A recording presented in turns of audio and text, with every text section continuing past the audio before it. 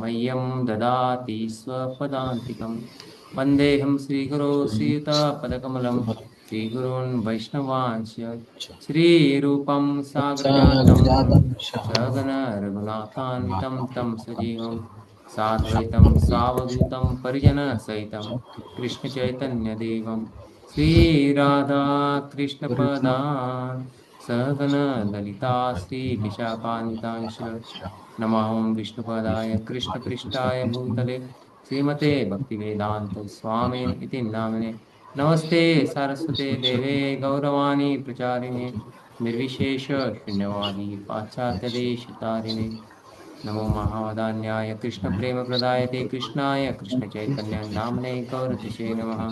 हे कृष्ण करुणा सिंधु दीनबंधु जगतपते गोपेश गोपिका कांत राधा कांत नमोस्तुते तप्त कांचन गौरांगी राधे वृंदावनेश्वरी वृषभानुसुते देवी प्रणमामि हरिप्रिये वाञ्छाकल्पतरुभ्यश्च कृपा सिन्धुभ्येव च पतितानां पावनेभ्यो वैष्णवेभ्यो नमो नमः। जय श्री कृष्ण चैतन्य प्रभु नित्यानंद श्री अद्वैत गदाधर श्रीवासादि गौर भक्तवृंद हरे कृष्ण कृष्ण कृष्ण हरे हरे हरे राम राम राम हरे हरे। हरे कृष्ण। आपका फिर से एक बार इस शिव दिशामृत कक्षा में स्वागत है। तो अभी हम अपना सत्र चालू करने से पहले जो भी कल के क्लास में हमने देखा था, क्या क्या पॉइंट्स देखे थे, आप थोड़ा रिपीट कर सकते हैं।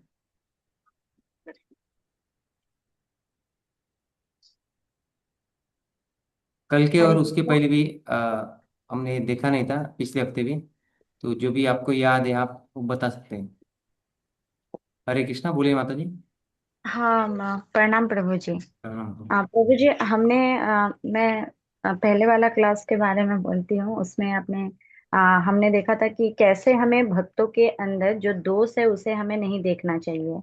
और मतलब जो उनका भौतिक शरीर है या किस परिवार में वो जन्म ले रहे हैं, या उनका किस तरह उनको कोई रोग है, कुछ भी हो, तो उस तरह से हमें मतलब उस वैष्णव को नहीं देखना चाहिए। ये बहुत बड़ा एक अपराध है। तो इस भौतिक स्तर अपराध पे के नहीं बारे देखना चाहिए। हाँ, भौतिक स्तर पे नहीं देखना चाहिए। तो आपने भक्तों के प्रति 6 अपराध भी बताए थे, और उसके बारे में डिस्कशन होता है। और अपराध क्यों उत्पन्न होता है? क्योंकि दूसरे को देखकर हमारे अंदर द्वेष रहता है, जिसके कारण हम उनके प्रति अपराध करते जाते हैं। और बताए थे कि जो 6 गोस्वामी हैं, जो श्री रूपा गोस्वामी, सनातन गोस्वामी, पहले वो किस तरह मुसलमान थे, दवीर खास और समीर मलिक के नाम से जाने जाते थे। लेकिन चैतन्य महाप्रभु ने उन्हें कैसे गोस्वामी बनाया। तो उनके गोस्वामी किसको बोला जाता है पहले भी बताया चुका है। जो अपने इंद्रियों को बस में कर ले, उसे गोस्वामी बोला जाता है। तो हाँ, इस तरह से डिस्कशन हुआ था। बहुत अच्छा माता जी, आप अच्छी स्टडी कर रहे हैं। और कोई बताएंगे। हरे कृष्णा प्रभु जी। हरे कृष्णा। हरे कृष्ण। हाँ प्रभु जी, कल आपने डिस्कस किया था प्रभु जी कि अपराधवश हमारे साथ क्या क्या होता है। अपराधवश हमारी आध्यात्मिक प्रगति जो है नहीं होती है। भक्ति द्वारा अर्जित पुण्य नष्ट हो जाते हैं एवं भक्ति का लाभ नहीं मिलता, वरन हाँ, अपरोध उत्पन्न होने लगते हैं। ये जो हमने कल का जो पूरा श्लोक देखा, उसका जो एंड में कंक्लूजन में रूपा जी ही पूरा बताते हैं। अगर हम अपराध करते तो क्या होता है, ये सारे परिणाम रूपा जी ने लास्ट में, जो लास्ट का हम परिचय देखा था, कंक्लूजन वाला निष्कर्ष देखा था, उसमें प्रभा जी ने ही बताया। बहुत अच्छा प्रभु जी, और कुछ बता सकते हैं। जी प्रभु जी, हाँ हरे हरे कृष्णा। कृष्णा। हाँ। अगर हम भक्तों के प्रति अपराध हो जाता है तो भगवान भी उसे गंभीरता से लेते हैं। और वो हमें भारग्राही नहीं, हमें सारग्राही भी बनना चाहिए। और हाँ। फिर भगवान ना हमें भौतिक इसमें लगाने के लिए कोशिश करते हैं, क्योंकि हमने गलती अपराध किया है तो। और हमें जैसे उदाहरण है कि भक्तों में कोई वो दोष नहीं देखना चाहिए। जैसे गंगा जी का उदाहरण दिया था आपने कि गंगा जी में कितना भी फेन हो जाए, गंदगी हो जाए, जब गंगा जी में बाढ़ आता है तो फिर भी वो गंगा जी शुद्ध ही होती है। इसी तरह भक्तों में भी कुछ भी हो, गुण दुर्गुण, मतलब कभी गलती हो जाती है, तो हमें उनकी गलतियों को इग्नोर करना चाहिए। तो ये गंगा जी का उदाहरण कहाँ पे दिया है? गं- गंगा जी के उसी तरह देते जब हम भक्तों भक्तों में स्वभाव के कारण, शरीर के कारण दोष देखते हैं। हाँ, तो ये गंगा जी का उदाहरण श्लोक में आता है, 5वें श्लोक में। हाँ, पांच छठे श्लोक में है प्रभु जी। हाँ, छठे श्लोक में। आज हम 7वां श्लोक देखने वाले, छठे श्लोक में आता है। जी। जैसे देखो यहाँ पे देख रहे, देख आप हरे कृष्णा स्क्रीन पे प्रभु देख जी। सकते हैं, गंगाम वसाम न खलु बुद्बुद फेन पंकय। तो जैसे गंगा जी में, गंगा क्या है? गंगा गंगा जी का जल जो है वो क्या है? शुद्ध है, और ब्रह्म द्रव है। उसमें क्या है? कुछ कीचड़ नहीं है, फेन नहीं है, कुछ झाग नहीं है। अगर बरसात के कारण आ भी जाता है तो भी क्या है, वो पानी स्वच्छ हो जाता है। तो वैसे ही जो भक्त है, उनको हमने भौतिक स्तर पे नहीं देखना चाहिए, क्योंकि वो भगवान के सेवा में रत है और आत्म स्तर पे स्थिर है। ठीक है। अच्छा माता जी, अभी आगे कौन बोल रहे थे ना? हरे हाँ, कृष्णा। दंडवत प्रणाम प्रभु जी। धन्यवाद प्रणाम प्रभु जी, बोलिए। मैं यहाँ श्री गिरिराज दास बोल रहा हूँ प्रभु जी। हाँ, हरे कृष्णा प्रभु जी। हाँ प्रभु जी, मेरा एक सवाल है हाँ, पूछिए प्रभु जी। कि मैं तो अभी मैनेजमेंट में हूँ प्रभु जी। तो मैनेजमेंट में मैं हड़पसर का जो मंदिर है, हाँ, ये मंदिर हमारे अंडर में है। आप हड़पसर में रहते हैं? हाँ, अच्छा। हाँ, हड़पसर में रहते हैं और हड़पसर का मंदिर हमारे पास में मतलब पूरा हमको दिया गया है चलाने के लिए। आप प्रेसिडेंट है और? हाँ, मतलब प्रेसिडेंट तो कोई और है, केशव हाँ, प्रभु है। हाँ, प्रेसिडेंट केशव प्रभु देख रहे हैं बराबर में। हाँ, केशव प्रभु है, लेकिन उनके बाद में सेकंड नंबर पे हम है। हाँ, तो मतलब हमारे अंडर में ही ये सारा कुछ हो रहा है। अच्छा तो भाई। पहले से इतना सारे यहाँ पे समस्याएं हैं, और उसके साथ में मैनेजमेंट में रह कर के, और जब इस जैसे कि अभी चर्चा हो रहा है कि किसी में दोष नहीं देखना चाहिए, हाँ, तो ये जो यहाँ पे इम्प्लाइज है या अदर भी कुछ ब्रह्मचारी वगैरह भी आते हैं, हाँ, तो ये ऐसे ऐसे कार्य करते हैं कि अगर इनको न देखा जाए, उनको न रोका जाए, न टोका जाए, तो हम ये सेंटर को, मंदिर को चला नहीं पाएंगे। तो नहीं, इसको हम इस्कॉन ही किस चलना तरह बंद से हो जाएगा। हैं? अगर वो मैनेजमेंट ने किया तो इस्कॉन चलना ही बंद हो जाएगा, इसलिए तो प्रभुपाद जी ने जीबीसी का स्थापना किया है ना। तो वही मैं आपसे हाँ, समझना चाहता हूँ कि अभी मैं, मेरे अंडर में करीबन 8 एम्प्लॉयज है, हाँ, 8 एम्प्लॉयज है और 3 ब्रह्मचारी है। तो इनको सबको मैनेज हमें करना पड़ता है। तो इसमें से कई सारे चीज़ें ऐसी होती है कि अगर न बोला जाए तो बहुत कुछ नुकसान होगा या बहुत कुछ गड़बड़ होगा। तो इसको हम किस तरह से आखिर देखें, किस तरह से मैनेज करें? सबसे पहली बात प्रभु जी ऐसा है, वैसे जैसे कि आप श्लोक के संदर्भ में भी बोले, लेकिन ये थोड़ा मैनेजमेंट का इश्यू हो जाता है। और जब हम देखते हैं यहाँ पे प्रभुपाद जी ने लास्ट ही श्लोक में या उसकी पहले इसमें चर्चा हुआ था, जैसे प्रभुपाद जी ने सब देखा कि जब वो उनके, कल भी हमने कल के श्लोक में जब पढ़ रहे थे, तो प्रभुपाद जी को बहुत उनके गुरु भाई से उनको आलोचना सहन करनी पड़ी, उन्होंने उनको मदद भी नहीं किया, लेकिन फिर भी वो उनकी आलोचना कर रहे थे, उनको कुछ मदद नहीं कर रहे थे, और जो कर रहे थे प्रभुपाद जी उसमें भी वो टांग अड़ा रहे थे। जैसे हमने मायापुर का मंदिर का उदाहरण देखा, वहां पे वो जगह लेने के लिए गए, लेकिन उनके जो गुरु बंधु है, वही उनको वो जगह लेने से, वो जो मुस्लिम लोगों की जगह थी, और वहाँ उनसे वो जो इस प्रभुपाद जी के जो शिष्य आए थे उधर से, फॉरेन से, वो वहां से जगह ले रहे थे, लेकिन उनको वो लेने नहीं दे रहे थे। उनको किसने बताया? प्रभुपाद जी के गुरु भाई ने उनको बताया, वो मुसलमानों को, कि इनको जगह मत दीजिए। तो भी इस तरह प्रभुपाद जी को ये सारा सहन करना पड़ा। और प्रभुपाद जी ने देखा था, जब भक्ति सिद्धांत सरस्वती ठाकुर जी थे, उस समय उन्होंने जो 64 पूरे मठों की स्थापना की थी, और उसके बाद उन्होंने उनके शिष्यों को भी कहा था कि आप क्या करो, एक ऐसा कमेटी स्थापन करो, एक बॉडी स्थापन करो, जैसे प्रभुपाद जी ने जीबीसी स्थापन किया, वैसे आप एक गवर्नमेंट बॉडी, गवर्निंग कमेटी स्थापन करो, जिससे क्या है, पूरे मठों मठों का क्या होगा, संचालन होगा। कोई एक का ऐसा वर्चस्व नहीं होगा, नहीं तो आपस में आप में झगड़ा नहीं होगा। एक कोऑपरेशन के लिए आपको करना है। लेकिन उन्होंने उनके आदेशों का पालन नहीं किया। और हम आज देखते हैं कि कैसे हर एक ने जो उनके गुरु भाई प्रपद जी के, उनका अलग अलग मठ हो गए। और उन्होंने बहुत सारा उसमें जो गुरु का आदेश न पालन करते हुए सब क्या उन्होंने एक तरीके से थोड़ा जो तहस नहस कर दिए।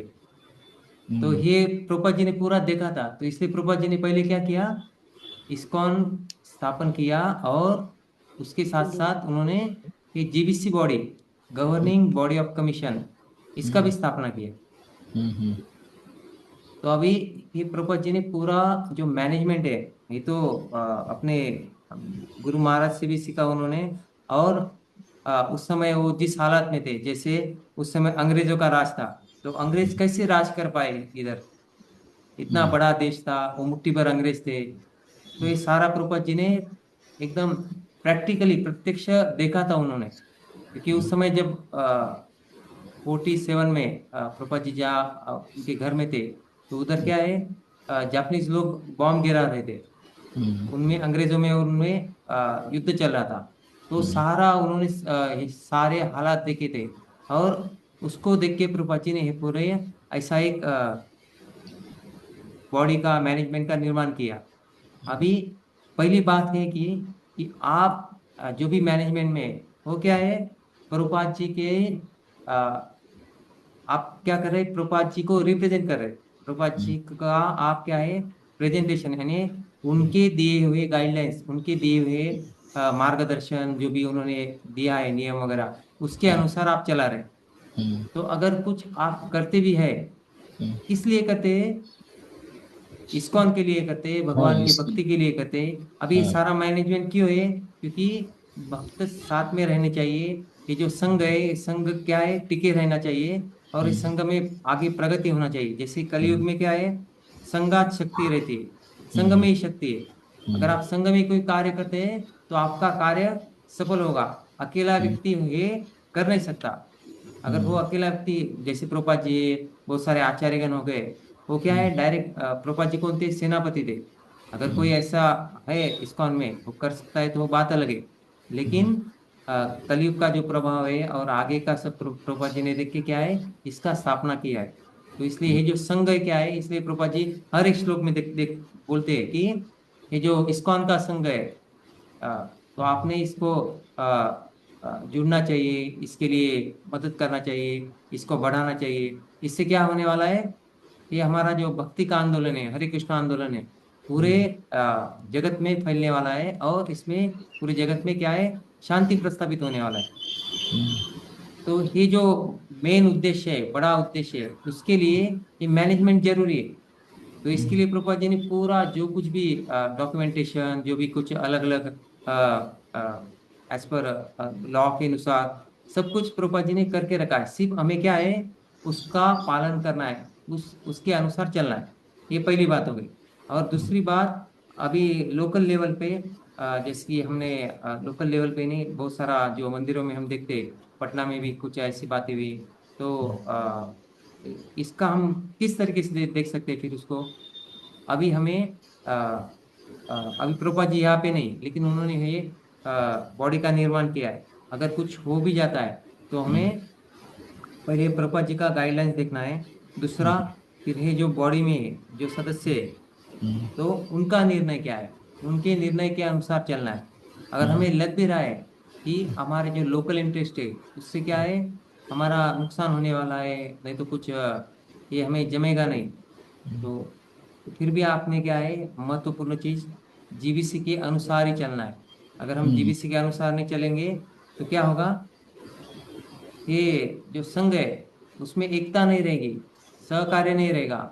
और आगे हम इस संघ में जो लोग आ रहे, नए नए लोग जुड़ रहे, उनका विश्वास उठ जाएगा। और जो है वो भी क्या है, अभी भी हम देख रहे हैं बहुत सारे लोग क्या है, इधर इस्कॉन मंदिर में आते हैं। वैष्णव प्रभु जैसे अभी पिछले क्लास में बता रहे थे कि इस्कॉन मंदिर में बहुत सारे लोग आते हैं, कीर्तन करते हैं, डांस करते हैं, प्रसाद लेते हैं, भक्तों का संग लेते हैं।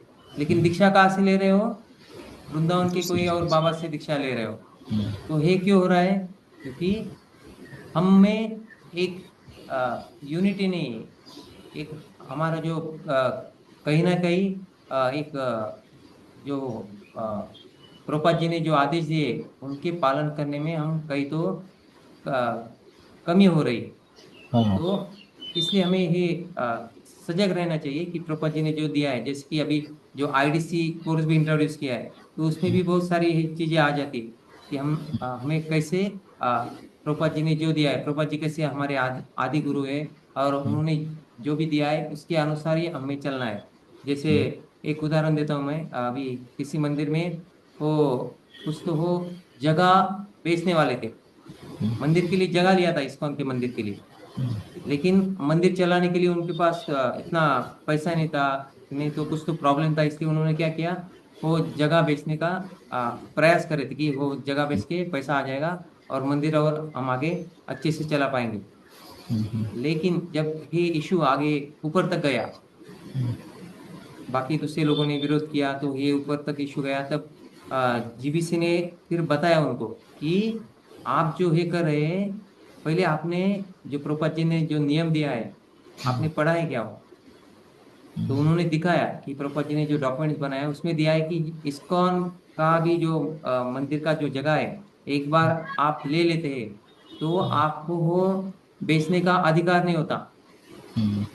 तो इस तरह बहुत सारे ऐसे नियम है। तो आपको क्या है, और प्रभुपाद जी ने जो भी कुछ दिया है, गाइडलाइंस आदेश दिया है, उसके अनुसार रहना है। और प्रभुपाद जी ने ही जो संस्था क्या कमिटी स्थापन किया है, जीबीसी, तो उनके आदेशों का पालन करना है। और तीसरा, जो भी आप अगर आपको लगता है कि इसमें ये जो कुछ चल रहा है, कुछ तो एक तरफ हम भक्ति कर रहे हैं और मैनेजमेंट में इतना सारा अपराध हो रहा है, तो इसके लिए बहुत बहुत महत्वपूर्ण चीज है।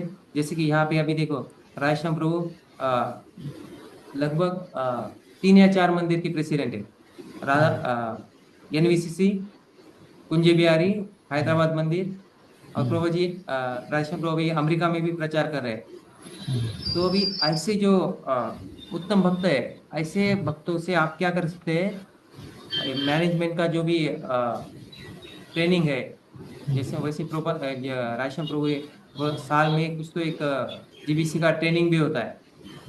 आप ऐसे अलग अलग ट्रेनिंग में, जैसे जीबीसी कॉलेज ट्रेनिंग है, ऐसे ट्रेनिंग अलग अलग उनका जो प्रोग्राम रहता है, कैंप रहता है, उसमें आप वो ट्रेनिंग ले सकते हैं, समझ सकते हैं। तो उससे क्या होगा, अगर आपसे कुछ हो भी जाता है, जैसे कि मंदिर में हम जो ब्रह्मचारी है, तो एक नियम है कि आपने क्या करना चाहिए, जो भी कुछ मंदिर में कोई डोनेशन देता है, ब्रह्मचारी को कुछ देता है, तो आपने वो मैनेजर को देना चाहिए। नहीं तो कहीं आप ब्राह्मण भोजन के लिए भी जाते हैं तो खुद से होके नहीं जाना चाहिए। अगर जो अथॉरिटी है, मैनेजर है, आपको बता रहे हैं, तो आप जा सकते हैं, संकीर्तन के लिए जाना है, ब्राह्मण भोजन के लिए जाना है। तो उससे क्या है, जो कुछ भी दोष है वो आपके ऊपर नहीं आता है, क्योंकि आप आदेशों का पालन कर रहे हैं। अगर आप इधर जैसे कोई सेंटर नहीं तो मंदिर चला रहे, आप क्या है, प्रभुपाद जी के, जीबीसी के उनका आदेश पालन कर रहे हैं, भक्तों की प्रसन्नता के लिए कर रहे हैं। और कोई दोष आ भी जाता है मैनेजमेंट करते करते, क्योंकि प्रभुपाद जी खुद बोलते हैं कि क्या है, ये जो इंस्टीट्यूशन है, ये क्या है, एक इविल है, ये अच्छा नहीं है। ये जो इंस्टीट्यूशन रहता है ना, ये अपने आप में ये क्या है, एक अच्छी चीज नहीं है। तो जहाँ पे इंस्टीट्यूशन रहेगा वहाँ पे कुछ ना कुछ प्रॉब्लम खड़ा ही होने वाला है। लेकिन ये किस लिए किया, क्योंकि भक्तों में एक यूनिटी रहना चाहिए, एकता रहना चाहिए आपस में। उन्होंने सहकार्य से ये हरे कृष्ण आंदोलन आगे बढ़ाना चाहिए, जो पूर्ववर्ती आचार्यों ने जो भी कुछ दिया है उनके मार्गदर्शन के अनुसार चलना चाहिए।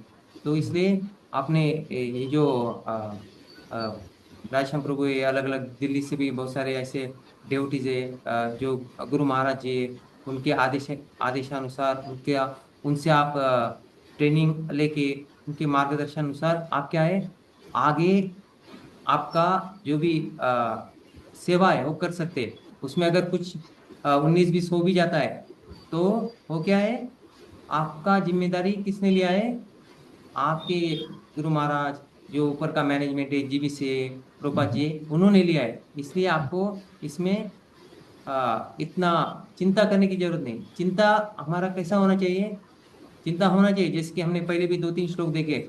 आ, जैसे वाचो वेगम, बाद में उत्साह नित्या धैर्य, ये सारे अलग अलग छह वेग है, छह गुण है।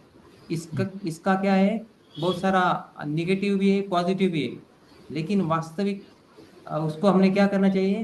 भगवान की सेवा के लिए लगाना चाहिए। हमारे इंद्रिय तृप्ति के लिए नहीं, भगवान की सेवा के लिए इन चीजों को हमने लगाना चाहिए। वैसे ही आप मैनेजमेंट आपकी खुद के लिए थोड़ी कर रहे हैं। आप किस लिए कर रहे हैं? मंदिर के लिए कर रहे हैं, मंदिर मंदिर की की सेवा के लिए कर रहे हैं। तो इसलिए वो जानते हुए अगर आप करते रहेंगे और भक्तों का प्रसन्न करने के लिए जो भी आप कार्य करेंगे, तो उससे आपको दोष नहीं लगने वाला। ठीक है प्रभु जी। और भी मैं तो आपको एक जैसे मैं इधर अभी मंदिर में देख रहा हूँ और जो भी अभी पढ़ाई कर रहा हूँ, जो मुझे मार्गदर्शन मिल रहा है उसके अनुसार मैंने कुछ थोड़ा बताने क्या दुस्साहस किया मैंने। लेकिन आप अच्छा जो मार्गदर्शन है आप वरिष्ठ भक्तों से ले सकते हैं। ठीक है। अगर बीच हरे बीच में कृष्ण। हमारा ललित माधव प्रभु से संपर्क रहता है। हाँ ललित माधव प्रभु मतलब इनडायरेक्ट टेम्पल कमिटी में है। हाँ और उसके बाद में राधे श्याम प्रभु का साल में एक बार मीटिंग रहता है, ईयरली। हाँ बराबर। तो ईयरली उनको पूरा रिपोर्ट जाता है राधे श्याम प्रभु को। और मंथली जो रिपोर्ट है ये हमारा टीएमसी बना हुआ है। तो ये टीएमसी को रिपोर्ट देते हैं जिसमें ललित माधव है, मुकुंद माधव है, केशव प्रभु है, ये सभी लोग हैं, उनका टीएमसी बना हुआ है। तो इसमें क्या होता है, हम मंदिर में है ना एकदम डायरेक्ट। हाँ तो जितने भी इम्प्लाइज है या जितने भी भक्त आते हैं, जितने भी ब्रह्मचारी होते हैं, उनका डायरेक्ट रिलेशन हमसे आता है। इसीलिए वो थोड़ा सा ये होता है, तो मुझे नहीं, वो ऐसा। थोड़ा होने वाला है क्योंकि आप हम्म, इतना मैनेजमेंट कर रहे हैं। लेकिन आपको वो जो जो मैनेजमेंट चला रहे अच्छे से, आपको स्पेशली यहाँ पे तो हम राधेश्याम प्रभु को ही देखते हैं। तो आप हम्म, उनसे एक अच्छा गाइडेंस ले सकते हैं। हम्म, ठीक है प्रभु जी। तो अभी हाँ हम जी। आगे श्लोक की ओर बढ़ते हैं क्योंकि हाँ अभी जी। लेट हो गया बहुत। हरे कृष्णा, हरे दंडवत। कृष्ण। अभी हम सातवां श्लोक देखने वाले हैं। तो इस आप क्या कर सकते हैं, जो हमने पहले चार श्लोक देख रहे थे, आप जल्दी जल्दी जो लोगों ने जो भक्तों ने श्लोक बोला नहीं है तो वो बोल सकते हैं। पहला श्लोक बोलिए जल्दी से। हरे कृष्ण प्रभु, मैं बोलूं? हाँ बोलिए प्रभु जी। हरे कृष्ण। श्लोक वन। वाचो वेगम मनसं क्रोध वेगम जिह्वा वेगमुदरोपस्थ वेगम एतान वेगान यो विषहेत धीरम सर्वमपि मां पृथ्वीं स शिष्यात्।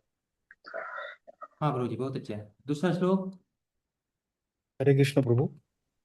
हाँ। अ, अत्याहार प्रयासश्च प्रजल्पो नियमाग्रह जनसंगश्च लौलंश्च षड्भिर्भक्ति विनश्यति। हाँ हरे। अच्छा प्रभु। तीसरा।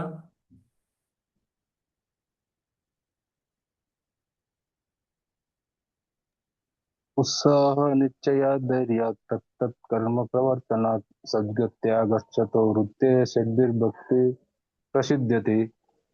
चौथा। ददाति प्रभु प्रतिगृह्णाति जी, प्रभु गुह्यमक्षि। जी हरे हाँ बोल। कृष्णा हरे कृष्णा। आपने बोला ना अभी? हाँ बोलो प्रभु जी। हाँ आपने बोला श्लोक पहले। हाँ बोल। नहीं नहीं, जो लेट हो जिन्होंने रहे थे बोला ना, नहीं मैं बोल। उनको बोलना, ओके बोलने का चांस ओके दीजिए। ओके। ओके हरे कृष्ण। हरे कृष्ण। हाँ चौथा श्लोक। ये देखो हमने क्या है, 12 भक्तों ने पिछले 3 सत्र में बोला है। अभी 2 भक्त बोले, बाकी प्रभु जी अभी मैं बोलूं? हाँ अब कितने 30 भक्त आहेत ना। ददाति हाँ ददाति प्रतिगुह्यति गुह्यमाख्यति पृच्छति भोक्ते भोजयते चैव षड्विंद प्रीतिलक्षणम्। हाँ बहुत अच्छा मतलब। तो सबको चांस मिलना चाहिए, सबने एक एक बार तो बोलना चाहिए। मैं ऐसा नहीं बोल रहा हूँ कि आप बिना देखे ही बोलो, कुछ तो प्रयास करो। ठीक है। हरे कृष्ण। अभी हम श्लोक देखेंगे।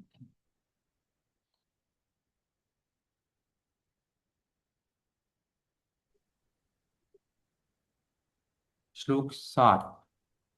स्यात् कृष्ण नाम चरितादिशिताप्य विद्या पित्तोपतप्तरसनस्य नरोचिकानु हिन्त्वादरात् अनुदिनं खलु सैव जुष्टा स्वाद्वी क्रमाद् भवति तद्गदमूलहन्त्री स्यात् कृष्ण नाम चरितादि स्थाप्य विद्या पित्तोपतप्तरसनस्य न रोचिकानु किन्त्वादरात् अनुदिनं खलु सैव जुष्टा स्वाद्वी क्रमात् भवति तद्गदमूलहन्त्री स्यात् है कृष्ण भगवान कृष्ण का नाम पवित्र नाम चरितादि चरित्र लीलाएं इत्यादि सीता मिश्री सीता का अर्थ मिश्री और मीठा भी होता है अपि यद्यपि अविद्या अज्ञान का पित्त पित्त से उपतप्त पीड़ित रसनस्य जीव की यहाँ पे रसन रसनस्य यानी क्या जीव को बोला गया है। न नहीं रोचिका स्वादिष्ट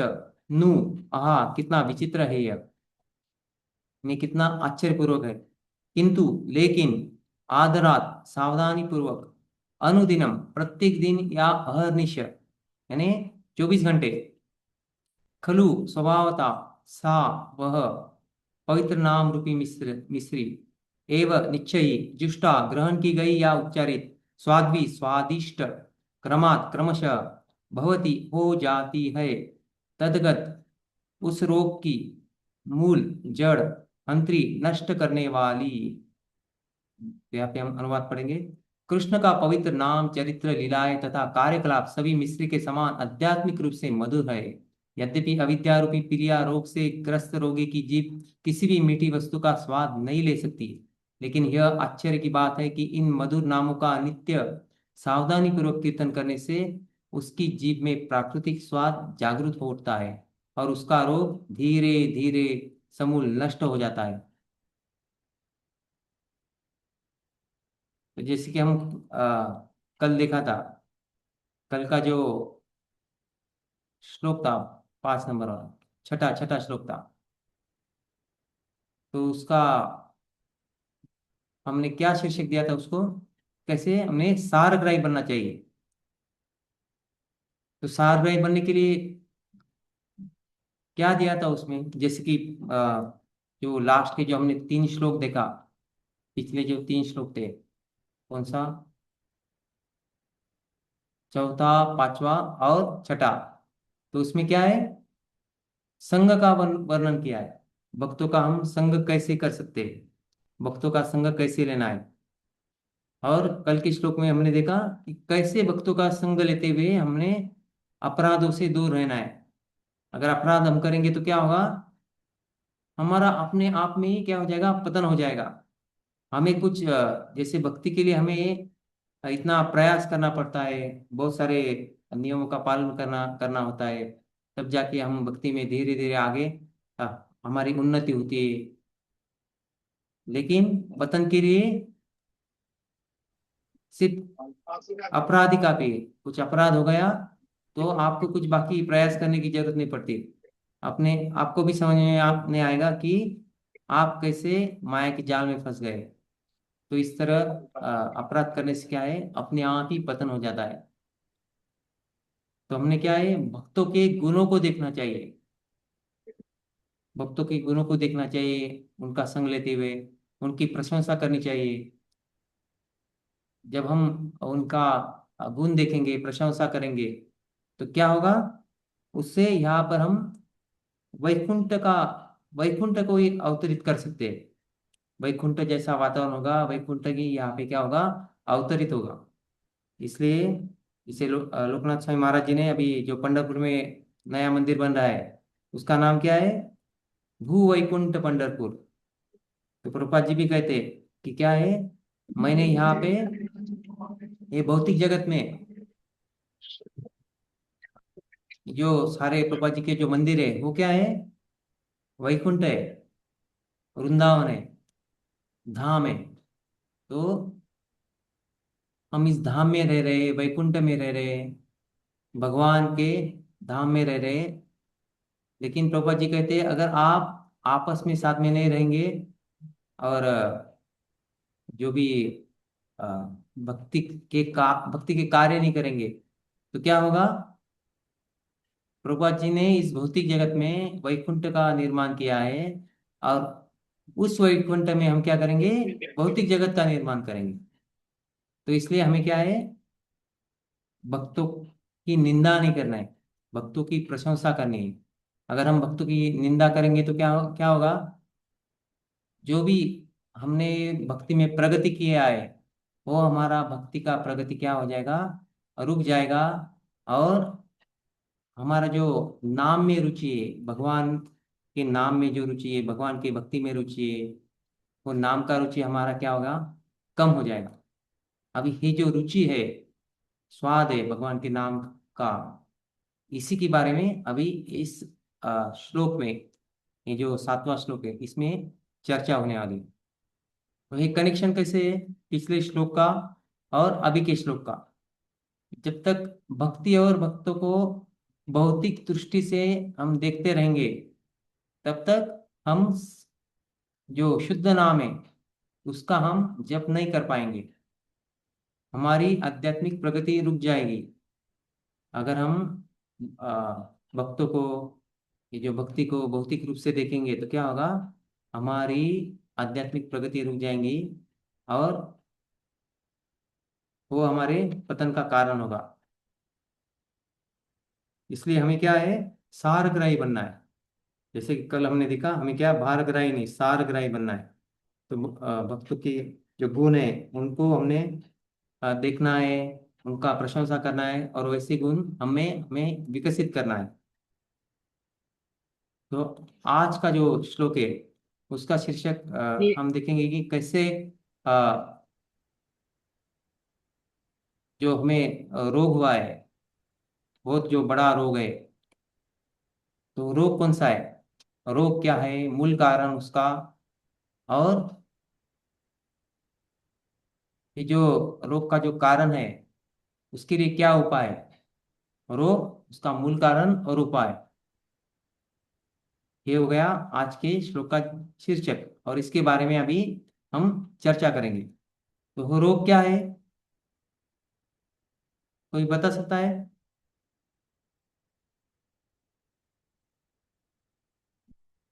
भौतिक बल से जुड़े रहना। क्योंकि हमारे में ना देहात्म बुद्धि है, और हाँ। शुद्ध भक्ति और आत्मा दोनों आध्यात्मिक है। हाँ, तो ये हमें सारे, हाँ जी, बताइए बताइए। आपने कल बताया था ना कि शुद्ध भक्ति जो कि आत्मा की क्रिया है, हाँ। और जो आत्मा और वो शुद्ध भक्ति दोनों आध्यात्मिक है। और हाँ, हम क्या आध्यात्मिक करते है। हैं, बहुत बहुत देहात बुद्धि में रहकर करते हैं, तो भक्ति कभी देहात बुद्धि में रहकर नहीं हो सकती है।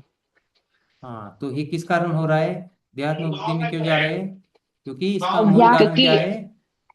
हमें बहुत बड़ा रोग है, क्योंकि ये कौन हम सा रोग है? भव रोग है। भव रोग के कारण क्या हो रहा है? ये सारे जो अलग अलग हम भक्तों को भौतिक दृष्टि से देख रहे हैं, देहात्म बुद्धि से हम हमारा वर्तन कर रहे हैं, तो ये सारा भव रोग के कारण हो रहा है। तो भी ये भवरोग क्या है, भवरोग क्यों होता है, और इसके अलग अलग कारण क्या है, उसका जड़ क्या है, और ये जो जड़ है, ये जड़ कैसे मिटा सकते हैं, उसके लिए उपाय क्या है, ये इसका सारा चर्चा आज के श्लोक में हुआ है। तो अभी हम इस श्लोक के बारे में थोड़ा देखेंगे। जैसे कि हमने इसका अनुवाद देखा, स्यात् कृष्ण नाम चरितादि सीताप्य विद्या। तो जो कृष्ण, भगवान कृष्ण के जो नाम है, चरित्र है, नाम रूप गुण लीला चरित्र, तो और उनके जो कार्यकलाप है वो कैसे दिए गए? वो मिश्री के समान है, यानी मीठे है। सीता यानी मिश्री, मीठा, मीठापन। लेकिन वो जो मीठापन है, वो मीठापन हमें क्यों नहीं लग रहा है, क्यों हमें भगवान का जो नाम है, चरित्र है, उनका जो उनकी लीला है, उसमें ये मीठापन क्यों नहीं लग रहा है? न रुचिकानु, यानी उसमें रस रस क्यों नहीं आ रहा है? उसमें हमें क्या है, आ, रुचि का क्या मतलब, क्या दिया, स्वादिष्ट, हाँ। तो उसमें स्वाद क्यों नहीं आ रहा है? तो उसका ये दिया गया है, पित्तोपतप्त रसनस्य। तो ये जो रसनस्य यानी जिह्वा है, जिह्वा के ऊपर क्या हुआ है, जो पित्त रहता है, पित्त का लेप चढ़ गया है। तो ये पित्त का, हाँ, पित्त कब आ जाता है? ये लक्षण किस चीज का है? जब किसी व्यक्ति को, जब पीलिया हो जाता है, उसको क्या कहते हैं? आ, डेंगू, मलेरिया, ये क्या है, कौन सा रोग है वो? जॉन्डिस। Jaundice jaundice, jaundice. हाँ, जॉन्डिस इंग्लिश में जॉन्डिस जॉन्डिस। कहते हैं, हाँ, जॉन्डिस। तो ये जो, काविड़। हाँ, काविड़। मराठी में काविल कहते हैं, काविल, और इसको पीलिया कहते हैं हिंदी में। तो ये जो पित्तोपतप्त, तो ये जो पित्त है, पित्त का, पित्त का क्या हो जाता है? जिह्वा पे उसका कवरिंग हो जाता है, जिह्वा पे वो पित्त चढ़ जाता है। उसके कारण कोई भी जो मीठा चीज है वो क्या है? कड़वा लगता है। तो जो कड़वापन है, तो वो कैसे जाएगा? तो उसके लिए क्या करना पड़ेगा? जो मिश्री है वो आपको लेना पड़ेगा, मिश्री खाना पड़ेगा। यहाँ पे जैसे दिया है, तो उससे वो पीलिया रोग चला जाता है।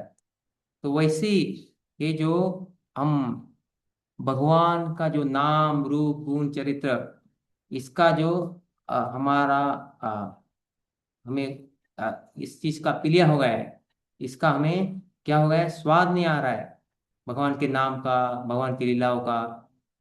तो एक, ये रोग कैसे जा सकता है? जैसे पीलिया रोग, कुछ मीठा खाने से बार बार अगर आप जो गन्ने का रस लेते रहेंगे, तो वो कड़वापन धीरे धीरे चला जाएगा। और जैसे हो उसका स्वाद लगने लग जाएगा, तो आपको समझ में आएगा कि आपका जो है वो पीलिया चला गया है। तो वैसे ही जब हम ये भगवान का नाम, अगर उसमें हमें रस नहीं है, फिर भी हम अगर लेते रहेंगे, लेकिन कैसे लेने के लिए कहा गया है इधर? किंत्वा दराद अनुदिनम खलु सैव जुष्टा। किंतु आदरात अनुदिनम, आदरात यानी क्या? सावधानी पूर्वक, आदरात, सावधानी पूर्वक। हाँ, यहाँ पे सावधानी पूर्वक दिया है, लेकिन उसका और एक अर्थ है।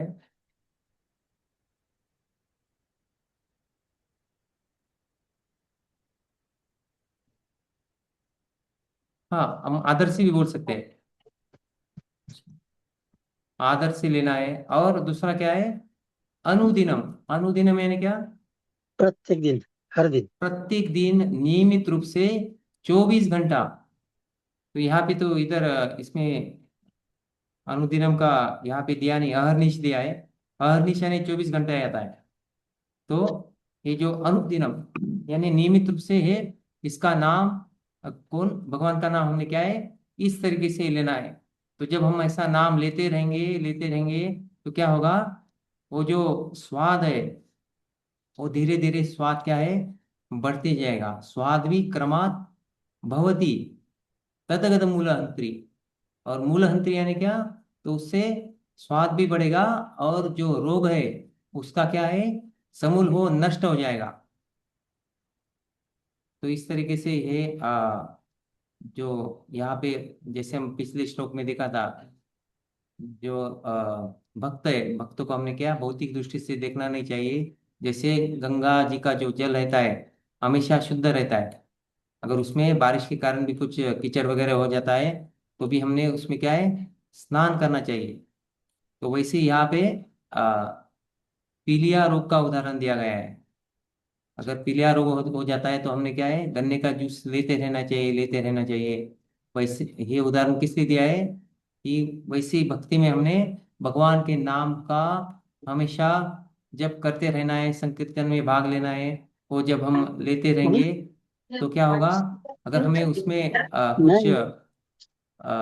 इच्छा नहीं है, हमारा कुछ इंटरेस्ट नहीं है, हमें कुछ अच्छा नहीं लग रहा है, अ, तो बीमारी में भी क्या होता है? वो जैसे कड़वा लगता है, लेकिन जब वो मीठा खाते जाते हैं, गन्ने का जूस पीते जाते हैं, तो कड़वापन निकल जाता है और रोग भी चला जाता है। वैसे ही यहाँ पे अगर हम, हमें इच्छा नहीं है, हमें उसका कुछ ऐसा बोरिंग हो रहा है, अच्छा नहीं लग रहा है भगवान का नाम लेने में, लेकिन रूप गोस्वामी जी क्या कह रहे हैं यहाँ पे? आपको प्रतिदिन और आदर से ये नाम भगवान का नाम लेना है, भागवतम सुनना है। ये जो कुछ भी भगवान की जो लीला है, ये जो सारे भक्ति के अलग अलग उपक्रम है, वो करते रहने का है। उससे क्या होगा, धीरे धीरे ये जो कड़वापन है वो चला जाएगा, वो रोग खत्म हो जाएगा और आपका स्वाद बढ़ेगा।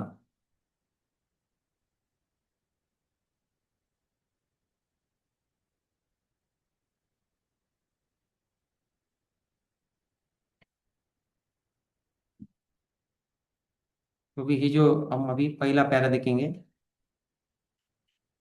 पहला परिचय।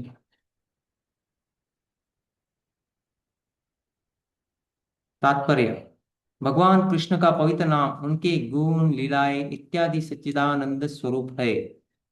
जो भी भगवान का नाम, उनके जो भी सारे उससे नाम और भगवान से संबंधित जो भी कुछ है, सब कुछ वो यहाँ पे क्या बताया गया है, सच्चिदानंद स्वरूप है। सच्चित आनंद, ईश्वर परम कृष्ण सच्चिदानंद विग्रह। विग्रह अतएव स्वभावतः वे सबों को प्रिय लगने वाली मिश्री के समान अत्यंत मधुर है। स्वभावतः, तो स्वभावतः यानी क्या, अभी यहाँ पे आत्मा के बारे में बताया गया है कि आत्मा के स्तर पे क्या है, ये जो भगवान का नाम, गुण, लीलाएं इत्यादि क्या है, ये हमारे लिए प्रिय है। और कैसी है वो, मिश्री के समान अत्यंत मधुर है। किंतु अज्ञान की तुलना पीलिया रोग से की गई है, जो पित्त के स्राव से उत्पन्न होता है। अभी हे परिच्छेद में अज्ञान के बारे में प्रभुपाद जी बता रहे हैं। यानी जो हमारे व्यक्तिगत स्तर पे हमें जो अज्ञान है, वो अज्ञान के कारण क्या है, हमें ये पीलिया रोग हो गया है, भव रोग हो गया है। किंतु अज्ञान की तुलना पीलिया रोग से की गई है, जो पित्त के स्राव से उत्पन्न होता है। यानी पित्त के वजह से ही पीलिया रोग होता है। पीलिया से ग्रस्त रोगी की जीभ मिश्री का स्वाद नहीं ले पाती, तो उसको मिश्री का कुछ मीठा स्वाद नहीं लगता। अभी तो पीलिया के रोगी को मीठी वस्तु कड़वी लगती है। जो भी मीठा खाएगा वो क्या है, उसको कड़वा लगने लग जाता है। इसी प्रकार से अविद्या, अज्ञान भगवान कृष्ण के दिव्य सुस्वादु नाम, गुण, रूप तथा लीलाओं का आस्वाद लेने की शक्ति को विकृत कर देती है। तो ये जो अविद्या है, अविद्या ने अज्ञान, ये क्या कर देता है, जैसे पीलिया रोग में कोई भी मीठी वस्तु कड़वी लगती है, वैसे अज्ञान के कारण जो भगवान का जो दिव्य नाम है, जो स्वादिष्ट है, यानी एकदम जिसमें आत्मा के स्तर पे हमें स्वभावता उसमें वो क्या है, हमें प्रिय लगता है, अच्छा लगता है। लेकिन वही भगवान का नाम, भगवान की लीलाएं क्या होती है, कि अविद्या के कारण, अज्ञान के कारण हमें उसका आस्वाद नहीं आता। उसकी जो शक्ति है वो क्या है, वही विकृत कर देती है। कौन कर देती है, ये अविद्या और अज्ञान।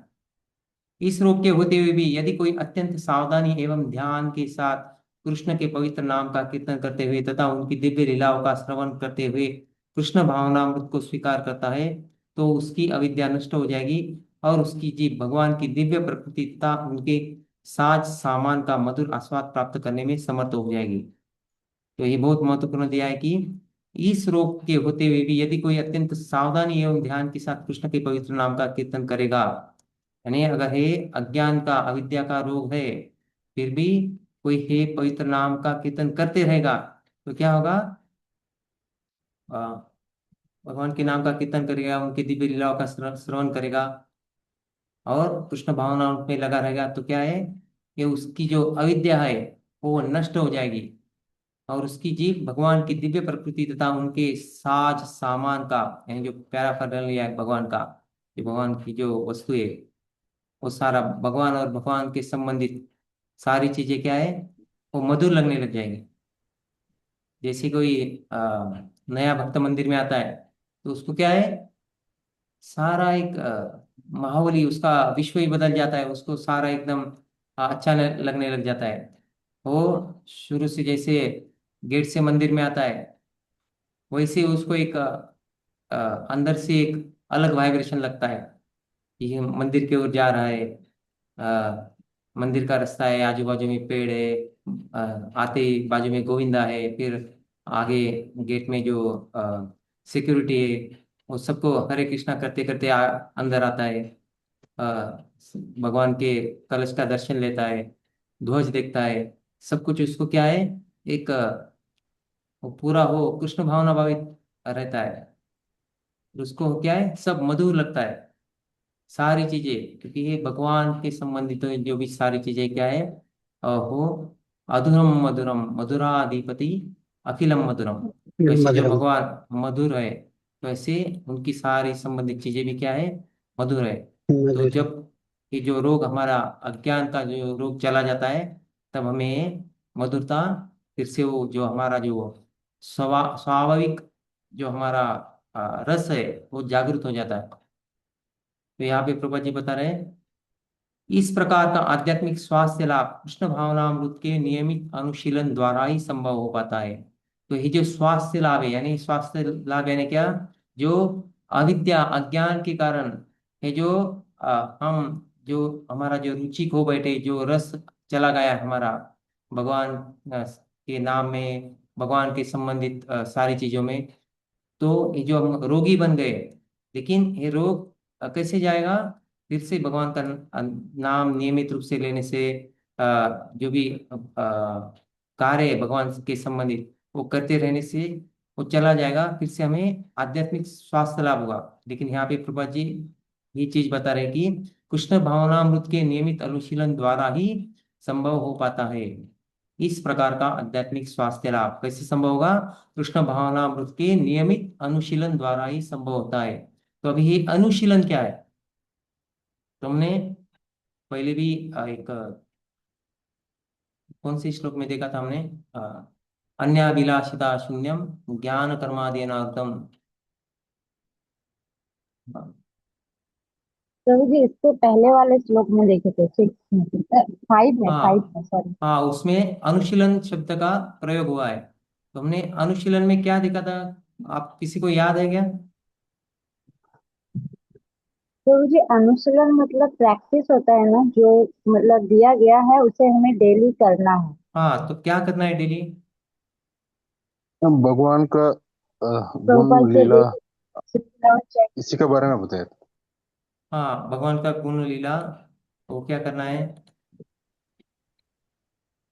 जैसे कि हमने पिछले 3 श्लोकों में देखा कि हमें भक्तों का संग करना है, लेकिन संग में क्या करना है, इस श्लोक में दिया है। और यहाँ पे प्रभुपाद जी बता रहे हैं हमें क्या करना है, अनुशीलन करना है स्वास्थ्य लाभ के लिए। तो अनुशीलन क्या है? हरे कृष्ण मतलब जो प्रभु भक्त जी। है उनको फॉलो करना भक्तों का प्रभु जी। करना प्रभु जी। आवाज ठीक से नहीं आ रहा है।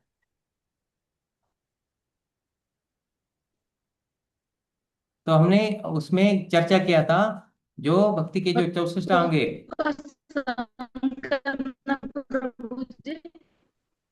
हरे कृष्णा माता जी, आपका आवाज ठीक से नहीं आ रहा है।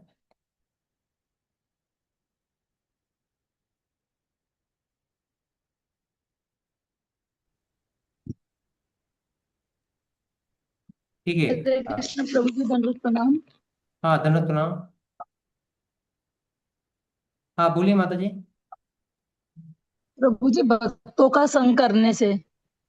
हाँ, भक्तों का संग करने से, ठीक है। तो आपने एक चीज बताई, जैसे हमने देखा था अनुशीलन यानी क्या, जो भक्ति की जो 64 अंग है, जो आपका एनओडी है, नेक्टर ऑफ डिवोशन, भक्ति रसामृत सिंधु, तो उसमें ये जो 64 अंग दिए गए, तो उसमें से हमने पहले 4 अंग और भी महत्वपूर्ण उसमें 5 अंग दिए गए थे, तो इनका भी हमने चर्चा किया था।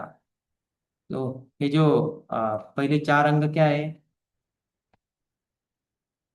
अदव गुरु पादाश्रय, यानी गुरु का हमें शरण लेना है। दूसरा है उनसे दीक्षा और शिक्षा ग्रहण करना है, यानी उनके आदेशों का हमें क्या है, पालन करना है। फिर सद्धर्म पृच्छा, यानी उनको क्या पूछना है कि मेरा बिजनेस कैसे चलेगा, शादी कैसे होगा, घर कैसे, ये बंगला कैसे मिलेगा, ऐसा पूछना है क्या? हमें उनको सद्धर्म पृच्छा, यानी भक्ति में हम आगे कैसे बढ़ सकते हैं, इसके बारे में हमें उनको पूछना है। भक्तिमय प्रगति के लिए, हमारा आत्मोन्नति के लिए। और विश्रम्भेन गुरु सेवा, तो जो विश्रम्भेन गुरु सेवा है, यानी गुरु की सेवा में लगे रहना है, गुरु की सेवा करना है। और वो भी सेवा कैसी करना है? विश्रम्भेन, यानी क्या? आदर युक्त, प्रेम पूर्वक उनकी सेवा करना है। और चौथा दिया गया है साधु मार्गानुगमनम, यानी हमें नियमित रूप से क्या है, जो साधुओं ने पूर्ववर्ती आचार्यों ने जो हमें मार्ग दिखलाया है, उस मार्ग पे चलना है। इसको रेगुलर कल्टीवेशन, यानी नियमित रूप से हम इसको इसका अनुशीलन करना है हमें।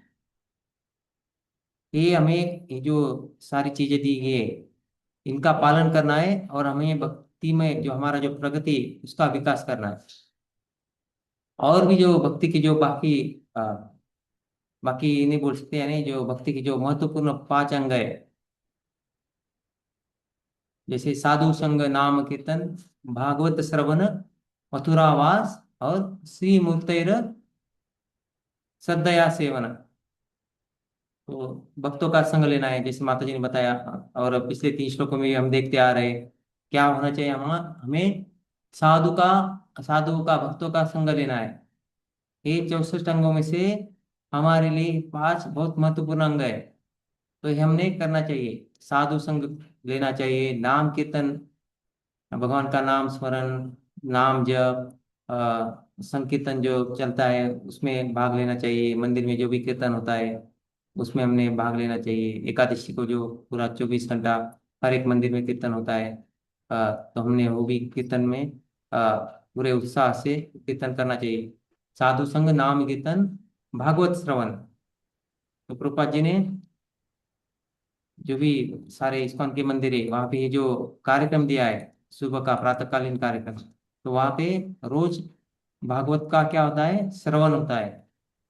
तो भागवत श्रवण होना चाहिए, नित्यम भागवत सेवया। और चौथा है मथुरा वास, हमने धाम में वास करना चाहिए। तो प्रभुपाद जी ने ये जो मंदिर बना है, ये क्या है? धाम ही है। अगर हम वृंदावन मायापुर अगर जा भी नहीं सकते, तो हम मंदिर में तो कम से कम आ सकते हैं। तो इसका हमने लाभ लेना चाहिए। और अभी क्या चल रहा है? आज से ही ना, आज से ही अ, अधिक मास का शुरुआत हुआ है। तो आप इस अधिक मास, पुरुषोत्तम जो पुरुषोत्तम मास है, तो उसका आप लाभ उठा सकते हैं। तो वो लाभ कैसे आप ले सकते हैं? यही, ये जो पहले 4 चीजें बताई गई, और अभी ये जो 5 चीजें, साधु संग, नाम कीर्तन, भागवत श्रवण, मथुरावास और श्री मूर्तिर श्रद्धया सेवन, यानी भगवान के अर्चा विग्रह की सेवा करना। तो इसका आपको अधिक मास में, ये जो पूर्ण क्या पुरुषोत्तम मास में अधिक से अधिक आपको उसका लाभ मिलेगा। तो ये जो चीजें बताई गई, ये क्या है? अनुशीलन है। इनका हमें क्या है? नियमित रूप से इनको हमें पालन करना है, इनको हमें जीवन में उतारना है। यानी जैसे कि आप जैसे सुबह उठते हैं, फ्रेश होते हो, और आपके सुबह कुछ ब्रेकफास्ट वगैरह लेते हो, आपके काम में लग जाते हो। ये जो रोज का आपका दैनंदिन जो रोज का आपका रूटीन है, वो आप रोज करते करते आप क्या है, सहजता से आप वो करने लग जाते हो।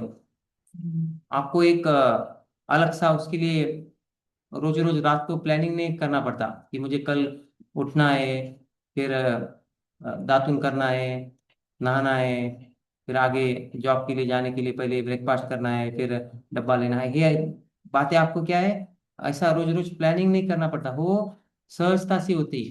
क्यों होती है? क्योंकि आप वो रोज रोज कर रहे हैं।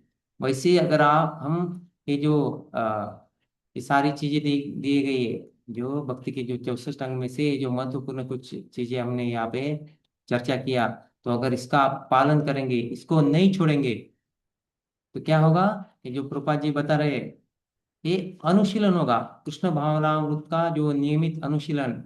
और इसके द्वारा ये क्या संभव है, हमारा जो आध्यात्मिक स्वास्थ्य लाभ है वो क्या है, हमें फिर से वो हम आध्यात्मिक रूप से हम स्वस्थ हो जाएंगे। तो इस तरीके से प्रभा जी ये परिच्छेद में अज्ञान के बारे में बताया और उसका उन्होंने इलाज भी बताया। अभी ये दूसरे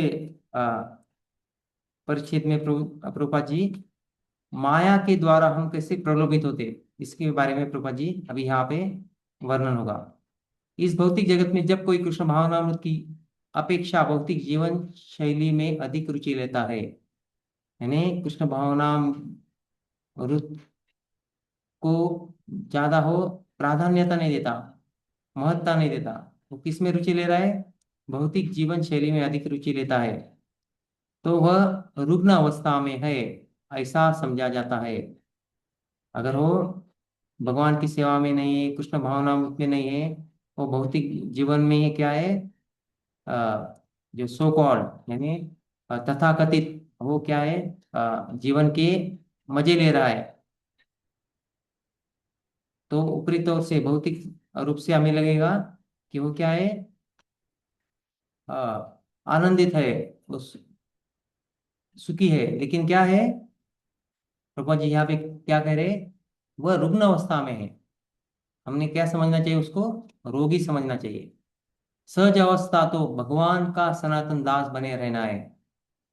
तो सहज अवस्था क्या है, भगवान का दास।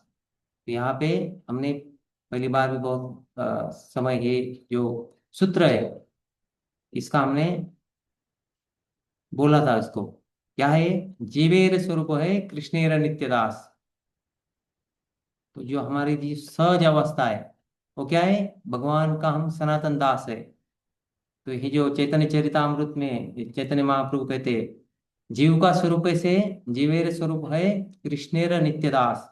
जो सारा जो हम अ, सारे ग्रंथ देखते हैं, वैदिक ग्रंथ, वैदिक ज्ञान, और उसका जो निचोड़ है, उसका जो उसके जो कुछ ऐसे तत्व है जो आ, इतना पूरा जो ज्ञान पाने के लोग, जो पंडित लोग हैं, जो ज्ञानी है, पूरा जब इसका अभ्यास करते हैं, अध्ययन करते हैं, और उसके बाद उनको समझ में आता है कि क्या है, हमारा स्वरूप क्या है, हम भगवान के नित्य दास है। तो हे चैतन्य महाप्रभु ने अ, जो ये सूत्र बताया है, ये सूत्र ये जो श्लोक रूप में यानी जीवेर स्वरूप है कृष्ण नित्य दास। तो ये क्या है, पूरे जो आप सारे जो वैदिक ग्रंथ है, जो कुछ भी आप सारा ज्ञान ले रहे उसका है सार रूप में दिया गया है कि हमारा स्वरूप क्या है। तो इधर उधर हमें कुछ ज्यादा पढ़ने की जरूरत नहीं है, जो चैतन्य महाप्रभु ने कहा है, और उसके द्वारा अगर हम आ, इस तथ्य को स्वीकार करके, और ये जो कुछ चीजें जैसे हमने पहले चर्चा किया है उनका पालन करते हुए, अनुशीलन करते हुए, हम क्या है, इस हमारा जो स्वास्थ्य है वो अच्छा, स्वास्थ्य हमारा अच्छा कर सकते हैं, हम स्वस्थ रह सकते हैं। यह स्वस्थ अवस्था तब चली जाती है जब जीव कृष्ण की माया शक्ति के बाह्य गुणों से आकर्षित होकर कृष्ण को भूल जाता है।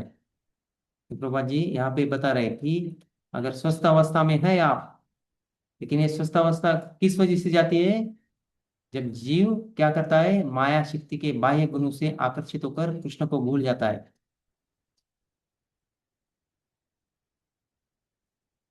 तो हमने प्रभुपाद जी ने दूसरे तीसरे श्लोक में दिया था, पहले क्या दिया था, कि भगवान की तीन शक्तियां हैं, कौन कौन सी, अंतरंगा शक्ति, बहिरंगा शक्ति और तटस्थ शक्ति। तो ये जो तटस्थ शक्ति है, ये जो जीव है तटस्थ शक्ति में आता है, लेकिन तटस्थ क्यों है, वो कभी अंतरंगा शक्ति में रहता है, कभी बहिरंगा शक्ति में रहता है।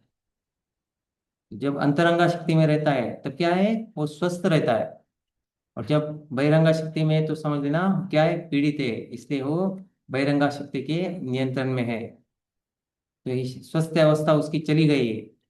क्यों? क्योंकि वो माया शक्ति के बाह्य गुण से आकर्षित हो गया है और भगवान को भूल गया है। यह माया का संसार दुराश्रय कहलाता है, जिसका अर्थ है मिथ्या या बुरी शरण। दुराश्रय यानी क्या? जैसे दुशासन, दुर्योधन। तो ऐसा किसी एक लेक्चर में मैंने सुना था। पहले ये जो दुर्योधन, उसका नाम क्या था? सुयोधन था। लेकिन उसके दुष्कर्मों के उसके गलत गुणों के कारण उसका नाम क्या हो गया? दुर्योधन हो गया।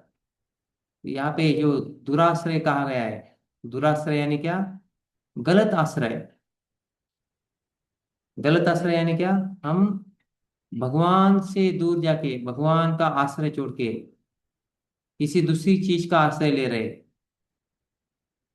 तो दो ही चीजें, एक तो भगवान है, ये तो भगवान की माया है, इसके अलावा कुछ भी नहीं है। तो ये जो तटस्थ शक्ति जो जीव है, वो क्या करता रहता है? कभी भगवान के अंतरंगा शक्ति में रहता है, कभी भगवान की माया में रहता है। तो ये जो माया का संसार है, ये माया के संसार को क्या कहा गया है? दुराश्रय कहा गया है।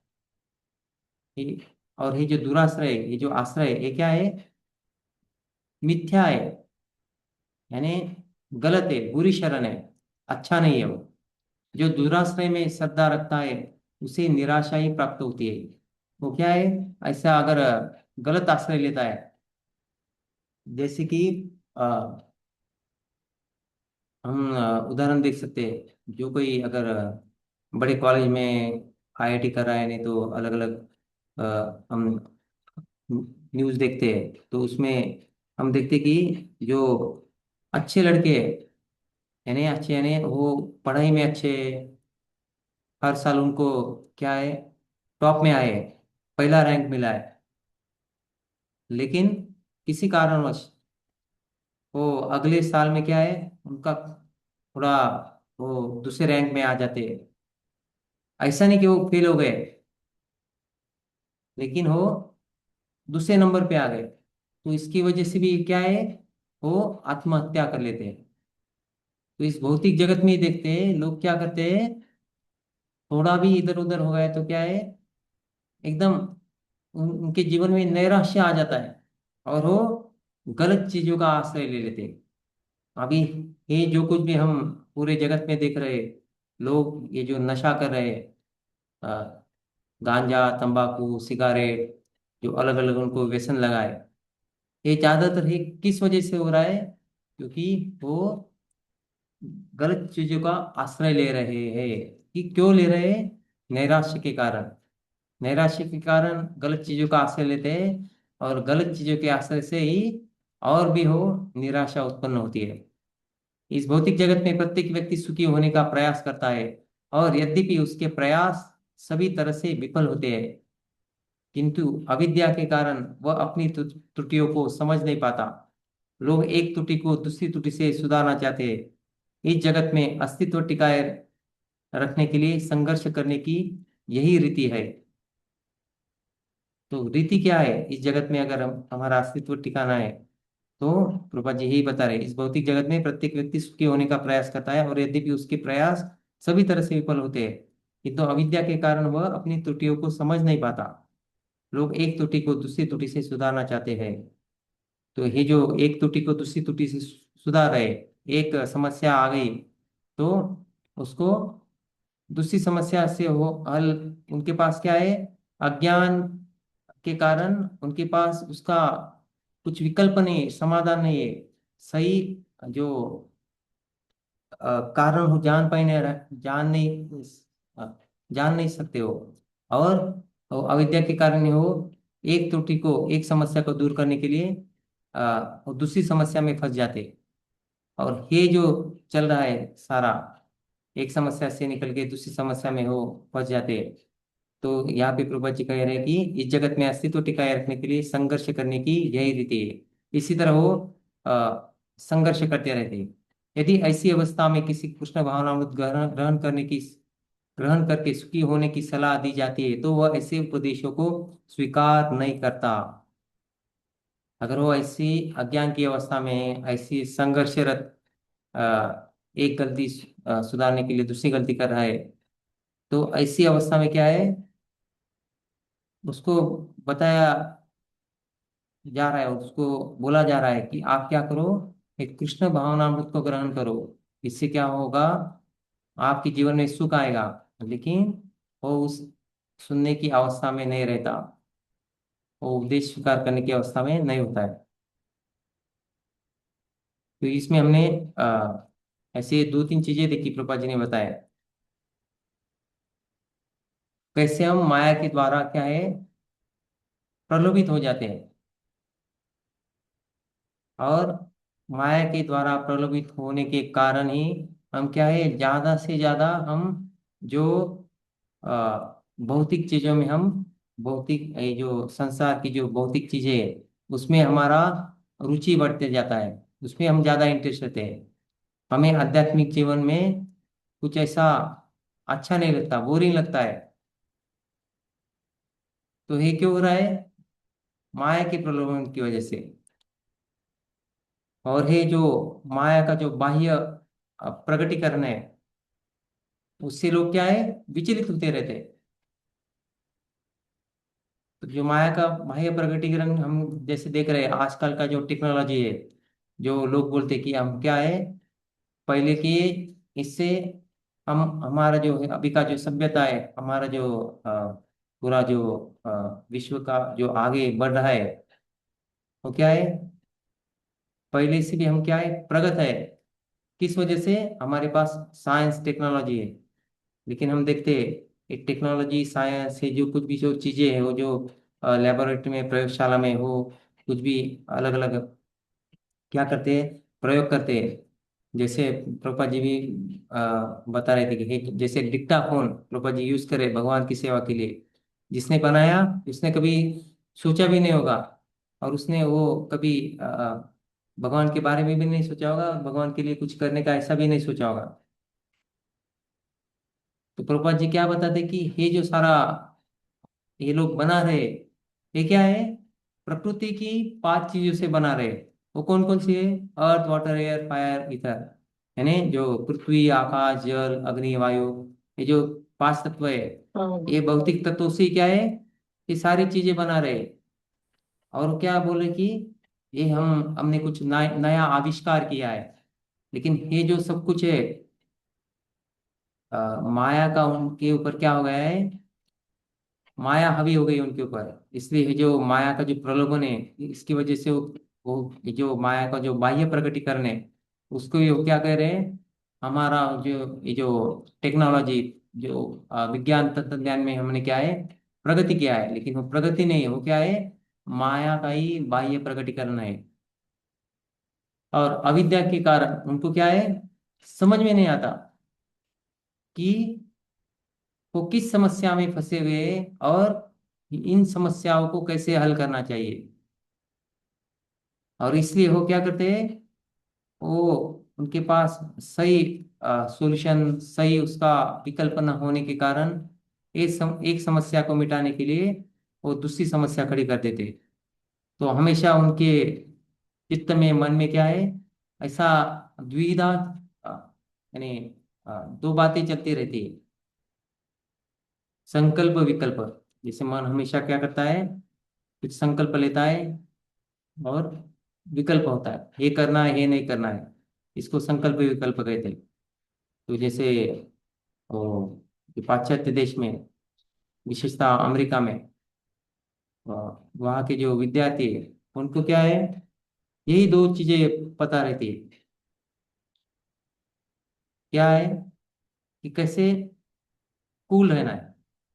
उनको कुछ पूछा जाए बोला जाए तो क्या बोलते हैं, अगर कुछ उनको अच्छा लगता है तो बोलते क्या इट्स कूल, यानी ये क्या है ये बहुत अच्छा है मेरे लिए। अगर कुछ उनको अच्छा नहीं लगता तो क्या करते हैं, ये बोरिंग है, ये अच्छा नहीं है। तो वो इन चीजों पे जाते हैं कि मेरे लिए अच्छा क्या है मेरे लिए अच्छा क्या नहीं। यानी फिर ये अच्छा है ना है, ये क्या है मन का स्वभाव है। मन का स्वभाव क्या है संकल्प विकल्प करना। तो ये जो मन के अनुसार, मनगढ़ंत कल्पनाओं के अनुसार फिर चलते, यानी इससे हमें पता चलता है क्या है कि माया के प्रलोभन की वजह से लोग ऐसे ये कर रहे हैं। तो जैसे हम देख सकते हैं, ये जो इतना ट्रांसपोर्ट वगैरह, इतना शहरों में अलग अलग बहुत सारे रास्ते, व्हीकल्स है। अभी इतना सारा क्यों करना पड़ा है? गवर्नमेंट इतना खर्चा क्यों कर रहा है?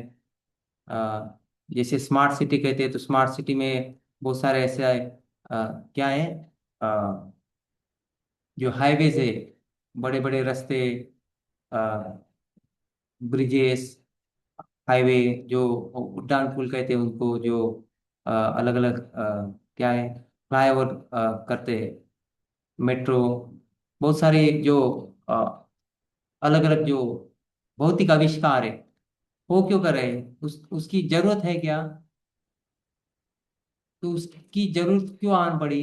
जैसे कि अभी हम देखते हैं, कुछ सामान है, जैसे हम स्टेशन पे जाते हैं तो वहां पे क्या है, लिफ्ट भी रहता है, अभी एलिवेटर भी आ गए हैं जो चलता सीढ़ी रहता है। कुछ सामान जो हमें उठा के थोड़ा चलना पड़ता है, उस मेहनत को बचाने के लिए क्या है, ये सारा उपक्रम करना पड़ता है कि लिफ्ट लगाओ, एलिवेटर लगाओ। उसके लिए फिर ईंधन लगता है, बिजली लगता है, और उस सामान ढोने के लिए व्हीकल लगता है, गाड़ी लगता है। फिर उसके लिए रास्ते बनाओ, फिर वो जो सामान लेने के ले जाने, इसका ट्रांसपोर्ट करने के लिए फिर कार है, टैक्सी है, ट्रेन है, फिर इनके आवाजाही के लिए पूरा है क्या है, बहुत बड़ा सिस्टम बनाना पड़ता है। रास्ते बनाए, रास्ते के ऊपर फिर ब्रिज बनाए, ब्रिज के ऊपर फिर उड़ान पुल, फ्लाईओवर बनाया, और भी पॉपुलेशन बढ़ रहा है, और भी क्या है, शहरों में समस्या हो रही है, तो वो उड़ान पुल के ऊपर भी और एक उड़ान पुल बना रहे, फ्लाईओवर, ओवर फ्लाईओवर। तो यह क्या है, उसके ऊपर ऐसे, अगर हम चाइना में हो देखते हैं तो कैसा है, ऐसे एक पुल के ऊपर दूसरा पुल, दूसरे पुल के ऊपर तीसरा पुल, ऐसे इस तरह के उन्होंने क्या ऐसा जाल बिछा दिया है। तो ये पूरा ऐसा है जो जाल जंजाल कर रहे हैं लोग, ये किस लिए? इसका अगर हम जड़ में जाएंगे तो क्या है, थोड़ा हमें सामान उठाना पड़ रहा है, थोड़ा कष्ट लेना पड़ रहा है, और थोड़ा चल के जाना पड़ रहा है। तो हमें क्या है, थोड़ा भी कष्ट नहीं चाहिए, सब कुछ क्या है, बैठे बैठे खाना मिलना चाहिए। तो ऐसा है जो विकृति आ गया है, ये विकृति किस वजह से हो गया है? ये माया के प्रलोभन की वजह से हो गया है।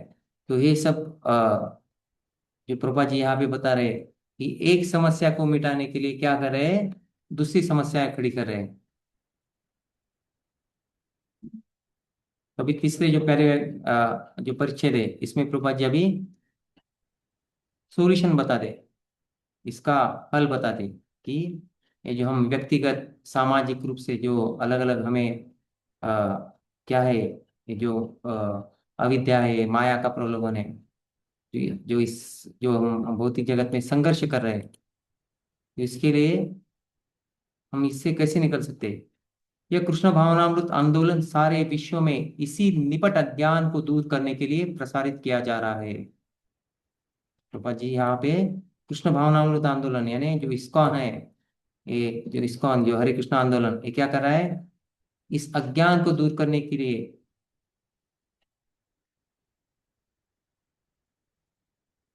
इसी निपट अज्ञान अज्ञान को दूर करने के लिए प्रसारित किया जा रहा है, यानी इसका प्रसार हो रहा है पूरे विश्व भर में। सामान्य जनता अंधे नेताओं द्वारा गुमराह की जाती है, जैसा राजा वैसा वैसा प्रजा। तो जो जनता है, हम श्लोक भी देखते क्या, जो भगवत गीता में आता है, क्या श्लोक है वो, कि जो बड़े को, जो बड़े लोग है, जो आदर्श है, उनको देख के क्या है, जो सामान्य लोग वैसा वर्तन करते हैं। जिससे भगवान कृष्ण अर्जुन को भी बोलते कि क्या है, आपको कर्म योग करना है, आप ज्ञान योग के लायक हो, आप संन्यास के भी लायक हो। भगवत गीता में 2-3 बार अर्जुन वही प्रश्न पूछते कि क्या है, ये जो संन्यास योग है, कर्म योग से भी ज्ञान योग, संन्यास योग जो श्रेष्ठ है। तो लेकिन फिर भी भगवान उनको क्या उपदेश देते, आपको वो संन्यास भाव से ही कर्म योग करना है। और वो क्यों करना है, आप लायक हो संन्यास के। लेकिन फिर भी आपको क्या है, कर्मयोग किस लिए करना है, आपका उदाहरण स्थापित करने के लिए। आपको देख के बाकी लोग भी क्या है, अपना कर्म, अपना जो कर्मयोग है, अपना जो कर्म ठीक से करेंगे। तो यहाँ पे वही प्रभुपाद जी बता रहे हैं, सामान्य जनता क्या करती है, अंधे नेताओं द्वारा गुमराह हो जाती है। क्यों हो जाती है, क्योंकि वो जो अंधे नेता है, वो जो रीति रिवाज है, धर्म के जो नियम है, उनका वो पालन नहीं करते। और ऐसे अंधे नेताओं की वजह से वो जनता भी वैसे गुमराह हो जाती है।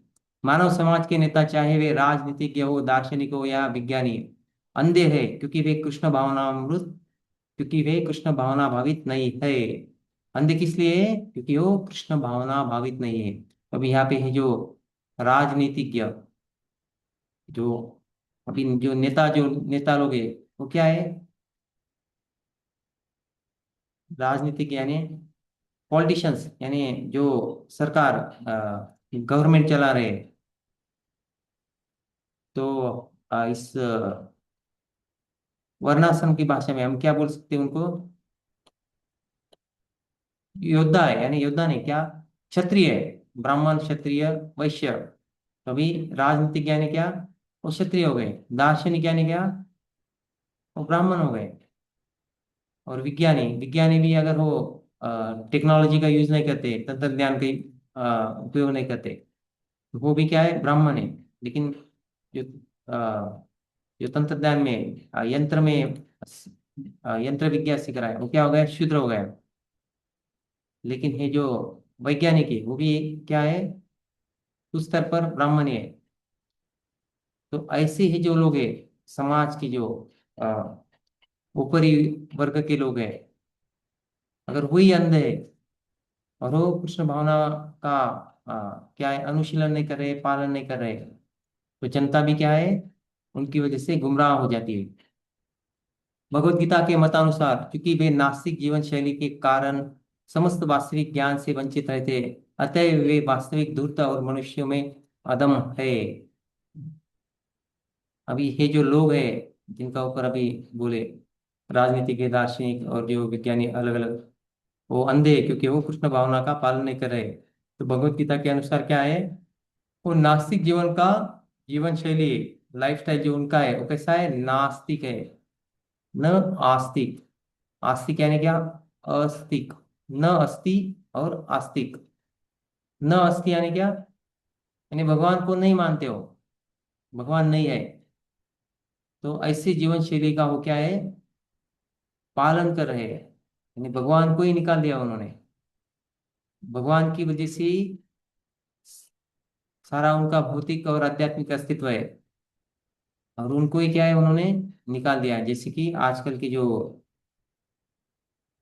बच्चे बड़े हो जाते, माँ बाप उनको बड़ा करते, सिखाते, पढ़ाते, फिर दूसरे देश में भी भेजते पढ़ाई के लिए, ये तो पैसा कमाने के लिए, जिनकी वजह से वो बड़े हो गए।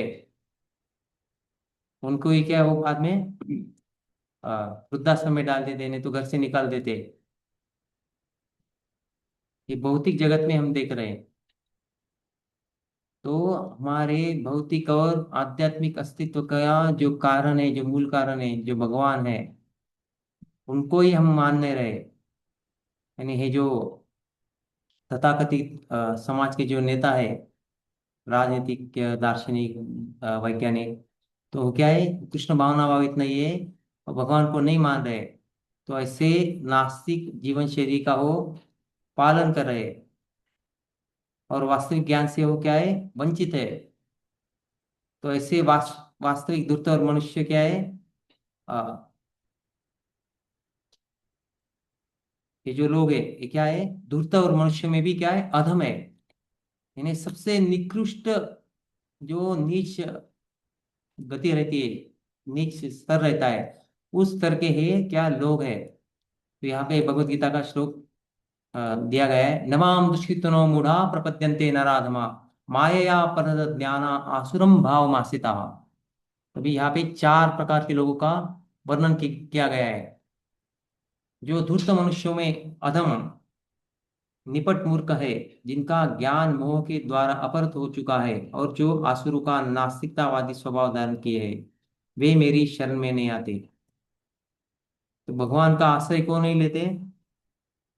जैसे दुराश्रय का रूपा जी बोल रहे थे, जो माया का आश्रय लेते, और फिर अगर भगवान का आश्रय नहीं लेंगे तो क्या? वो माया के आश्रय में रहते। तो ऐसे कि जो अ, माया के आश्रय में रहने वाले जो अ, असुर लोग हैं, जो अ, अधम लोग हैं, तो इनका चार प्रकार दिए गए। कौन कौन से हो? जो धूर्त मनुष्यों में भी क्या है? अधम है, जैसे अधम लोग। फिर जो निपट मूर्ख है, ये दूसरा उसका स्तर हो गया। फिर दूसरा वर्गीकरण, तीसरा तीसरे कौन है? जिनका ज्ञान मोह के द्वारा अपहृत हो चुका है। मोह के कारण क्या है? उनका ज्ञान अ, चला गया है, उनका ज्ञान ही चोरी हो गया है। मोह के कारण उनका ज्ञान चला गया है। और जो आसुरों का नास्तिकतावादी स्वभाव धारण किए है, जो आसुरों का यानी आसुर, जो आसुर रहते जैसे हिरण्यकशिपु रावण, वो क्या है? भगवान की खिलाफ ही उन्होंने क्या है? युद्ध छेड़ दिया था। भगवान को ही वो मारने मिटाने लग गए थे।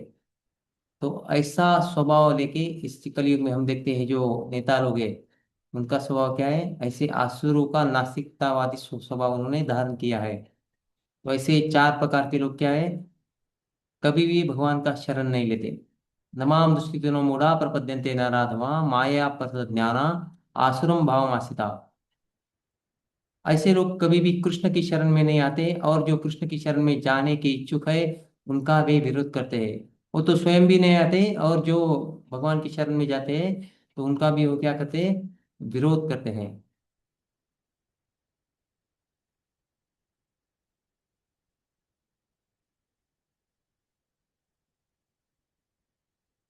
जैसे कि हम देखते जो अब हिरण्यकशिपु रावण वगैरह, तो हिरण्यकशिपु अपने बेटे को प्रहलाद को ही उसने क्या किया?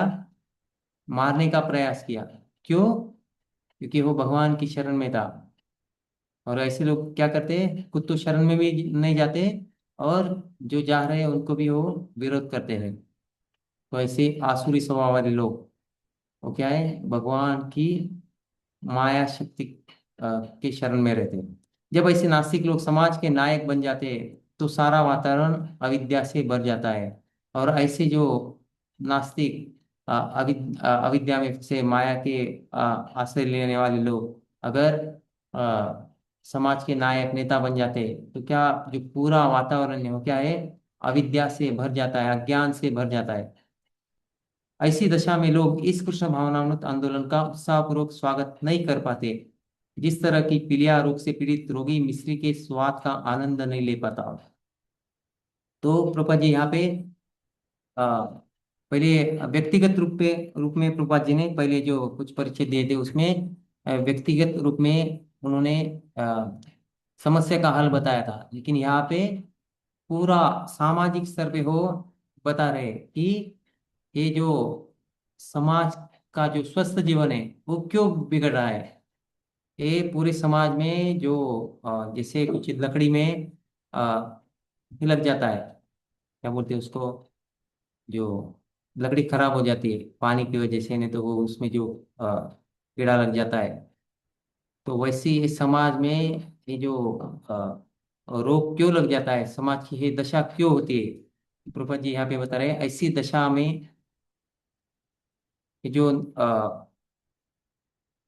नास्तिक लोग हैं जिन्होंने माया का शरण लिया हुआ है, जो भगवान को नहीं मानते, भगवान का विरोध करते हैं और भगवान को चाहने वालों का भी विरोध करते हैं, तो ऐसे लोग जब नायक बन जाते हैं तो पूरा वातावरण क्या है, अविद्या, अज्ञान से भर जाता है। तो ये जो रोग, ये ऐसे नेताओं के कारण पूरे संसार में फैल जाता है। और फैलने के कारण क्या होता है, लोग भगवान का शरण नहीं लेते, और भगवान के जो भक्त है, उन वो जो जो आदेश दे रहे हैं, जो साधु है, उनका वो संग नहीं करते, उनके उपदेश का पालन नहीं करते, और उत्साह पूर्वक ये भगवत कार्य में वो नहीं लगते।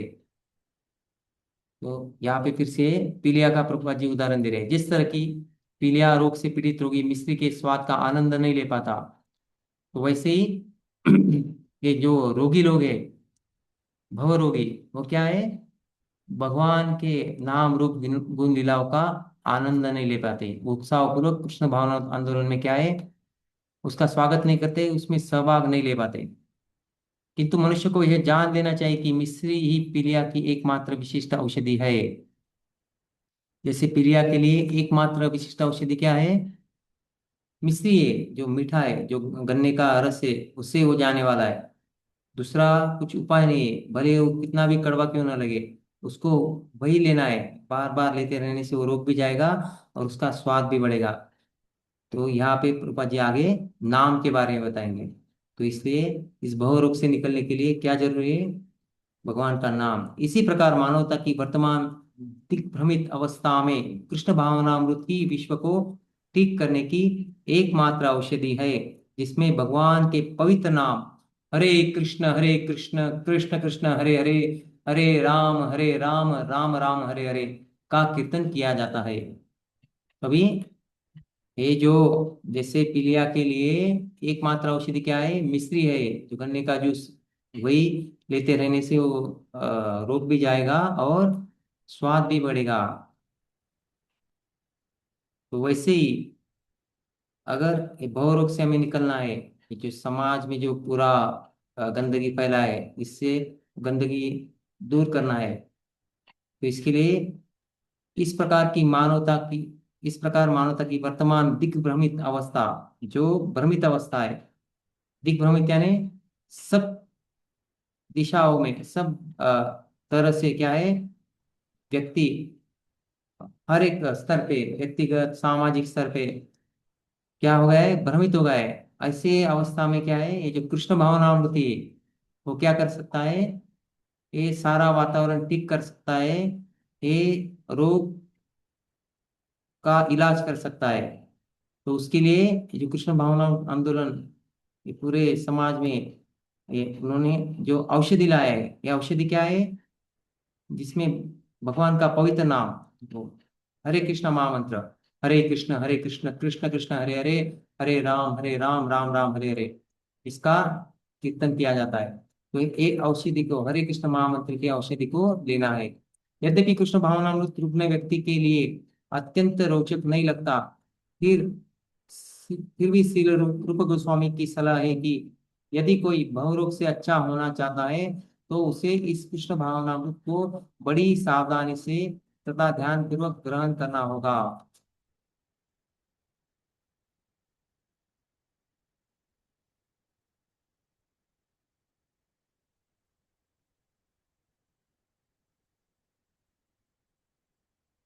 यद्यपि कृष्ण भावनामृत रुग्ण व्यक्ति के लिए,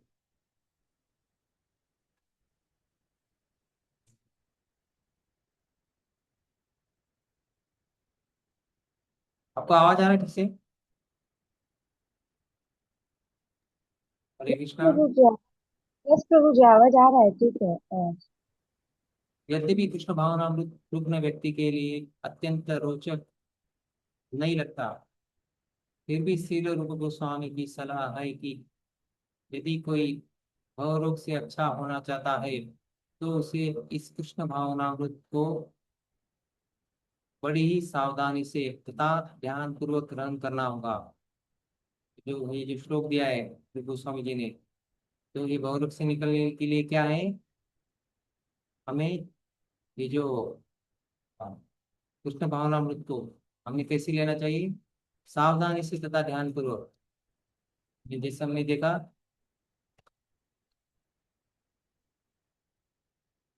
किंतु आदरात प्रतिदिनम। तो आदरात यानी क्या? सावधानी से, ध्यान पूर्वक। आदरात का मतलब ध्यान पूर्वक भी होता है। आदरात यानी क्या? ध्यान पूर्वक और सावधानी से। और कैसे? प्रतिदिन नियमित रूप से उसको लेना है। ये कृष्ण भावनामृत का हमें पान करना है। अगर हम ये करते रहेंगे तो क्या होगा? हम भव रोग से हमें ये छुटकारा मिलेगा। और हमें एक कृष्ण भावनामृत में क्या आएगी? रुचि आएगी। अगर हमें वो रोचक भी नहीं लग रहा है, लेकिन हम करते रहेंगे तो क्या है? उसमें हमें रुचि आएगी। जैसे कोई किसी व्यक्ति को अगर हम कहेंगे, उसको हम कृष्ण भावनाओं में रुचि नहीं है, उसको बोलेंगे, उसको देंगे वर्तमान पत्र देंगे, टीवी देखने के लिए बोलेंगे, टॉकीज में पिक्चर देखने के लिए बोलेंगे, तो वो जाएगा, वो सब कुछ करेगा। यूट्यूब देखेगा, अ, दोस्तों के साथ पार्टी करेगा। ये सारे जो भौतिक कार्यकलाप है, उसमें उसका क्या है? रुचि रहेगा। उसमें वो उत्साह से भाग लेगा। लेकिन जब उसको कहा जाएगा कि आप थोड़ा क्या करो, ये जो कृष्ण भावनामृत में क्या करो आप, भगवान के नाम का जप करो, उसमें क्या है? उसको बोरिंग लगेगा, उसको अच्छा नहीं लगेगा। तो वो क्या है? उसका रोग अवस्था है। ये रोग जो रुग्ण व्यक्ति है, तो उसका हो रोग कैसे दूर हो सकता है? जो बहुरोग है, कृष्ण भावना को उसने अगर सावधानी से ध्यान पूर्वक उसका ग्रहण किया, प्रतिदिन उसने उसका पालन किया, तो क्या है? वो बहुरोग से दूर हो सकता है। जो उसका भौतिक चीजों में रुचि है, वो धीरे धीरे कम हो जाएगा। और आध्यात्मिकता में उसका रुचि बढ़ जाएगा। मनुष्य के रोग का उपचार।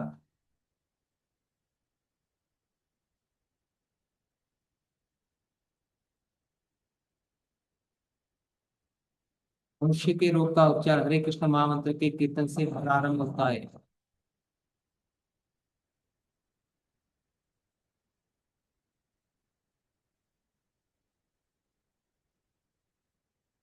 इसको आवाज आ रही है? ठीक है। मनुष्य के रोग का उपचार हरे कृष्ण महामंत्र के कीर्तन से प्रारंभ होता है, क्योंकि भगवान के इस पवित्र नाम के कीर्तन से भौतिक दशा में मनुष्य सारी भ्रांत धारणाओं से मुक्त हो जाएगा। चैत्य दर्शन महाजन। तो जो ये जो उपचार है वो कैसे शुरू होगा? हरे कृष्ण महामंत्र के कीर्तन से जब से वो प्रारंभ होगा। और वो जब शुरू होने से, कीर्तन शुरू होने से धीरे धीरे क्या होगा? उसकी सारी जो भौतिक दशा में सारी जो उसकी जो भ्रांत धारणा है, तथाकथित उसकी जो कल्पना है, मनगढ़ंत उसका जो स्वभाव है, तो क्या है? उससे वो धीरे धीरे वो बाहर आ जाएगा। उससे वो मुक्त हो जाएगा। चेतो दर्पण महात्म वो महा दावा निर्वापनम। उसका जो चित्त है वो क्या है? शुद्ध हो जाएगा।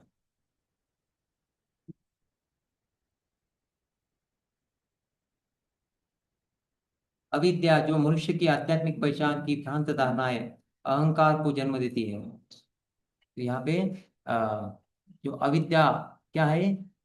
यही मूल कारण है अहंकार का। जब व्यक्ति अ, कोई भी जो अ, हम जो आध्यात्मिक जगत से यहाँ पे क्यों आए? क्योंकि अविद्या के कारण हम यहाँ पे आए। जैसे अ, कोई एस्ट्रोनॉट है, यदि जो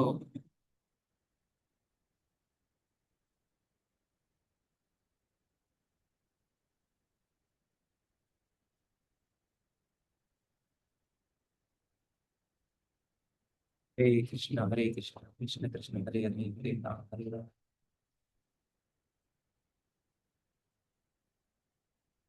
जैसे जो आकाश में जो अलग अलग देश अभी चांद पे नहीं तो स्पेस में लोगों को भेजते हैं, तो उनको क्या है, ऐसे ही भेजते थे क्या रॉकेट में बिठा के, तो उनको एक कुछ तो एक ड्रेस दिया जाता है, एक अलग तरीके का के ऊपर आवरण बनाया जाता है, यानी उसके कारण हो क्या है, इस पृथ्वी के बाहर के वातावरण में वो खुद को बचा सकते हैं, वो वहां पे रह सकते हैं। वैसे ही जो हमारा मूल स्वरूप वो कैसा है, सच्चिदानंद स्वरूप है, भगवान के हम अंश अंश है। भगवान का स्वरूप कैसा है, सच्चिदानंद विग्रह है, हमारा भी स्वरूप क्या है, सच्चिदानंद स्वरूप है।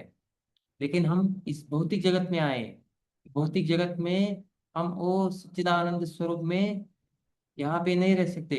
यहाँ पे हमें इस भौतिक जगत का आवरण हमारे ऊपर रहेगा, तभी हम इस जगत में रह सकते हैं। तो वो आवरण क्या है, तो यही है जो पांच तत्वों से बना है, पृथ्वी आकाश जल अग्नि वायु से, ये जो शरीर है। और ये शरीर कैसा है, अविद्या का अज्ञान का शरीर है। तो इससे हमें क्या है, ये अलग अलग जो आ,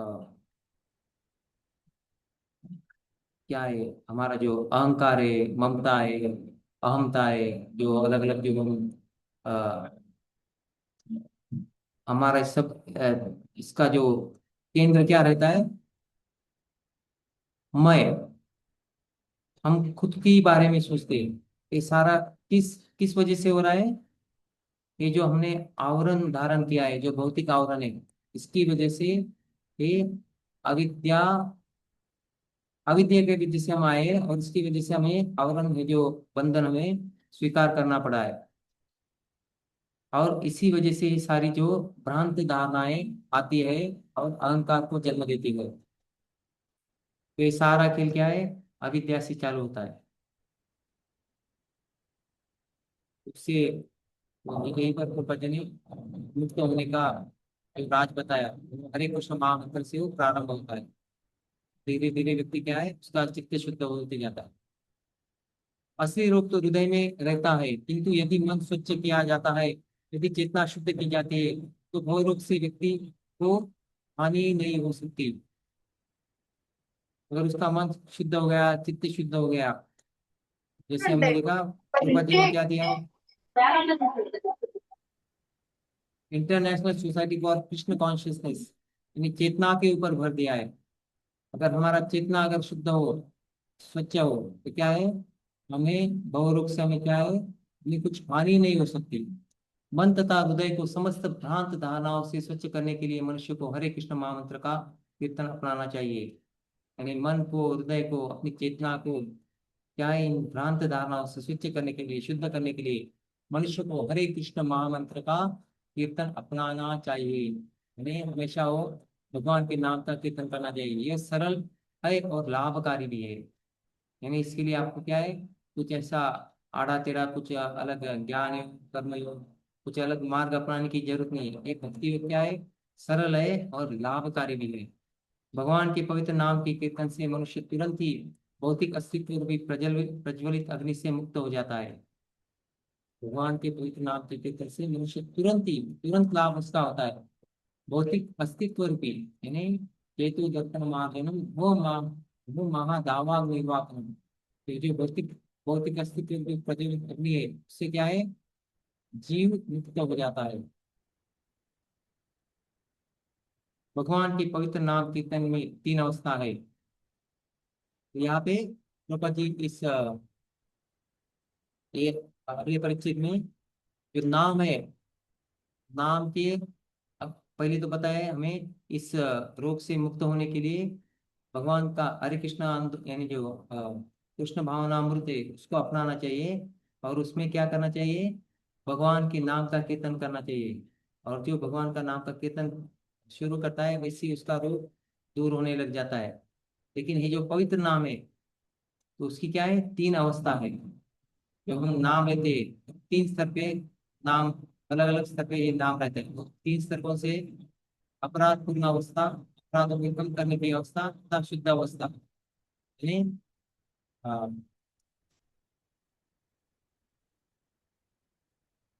अपराध युक्त नाम, नामाभास और शुद्ध नाम। तो ऐसे ये 3 स्तर दिए गए, अपराध युक्त नाम, नामाभास और शुद्ध नाम। जो नवदीक्षित, अभी इनके बारे में रूपा जी यहाँ पे चर्चा करते हैं। जो नवदीक्षित हरे कृष्ण मंत्र का कीर्तन प्रारंभ करता है, तो सामान्य रूप से वह अनेक अपराध करता है।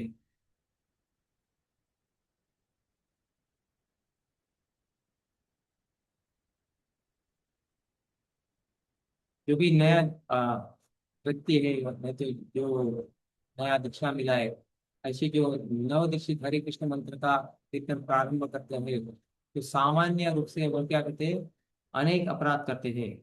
इनमें से 10 अपराध प्रमुख है।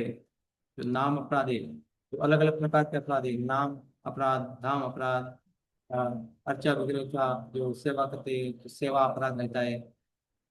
तो लेकिन यहाँ पे नाम अपराध, जब नाम लेते हैं तो नाम लेते हुए क्या अपराध हो सकते हैं, तो हम हर रोज जो प्रभुपाद जी ने जो प्रातःकालीन जो कार्यक्रम दिया है, उसमें क्या है, हम जो भगवान का नाम जप करते हुए जो 10 नाम अपराध होते हैं, उसका हम रोज क्या करते हैं, पठन करते हैं।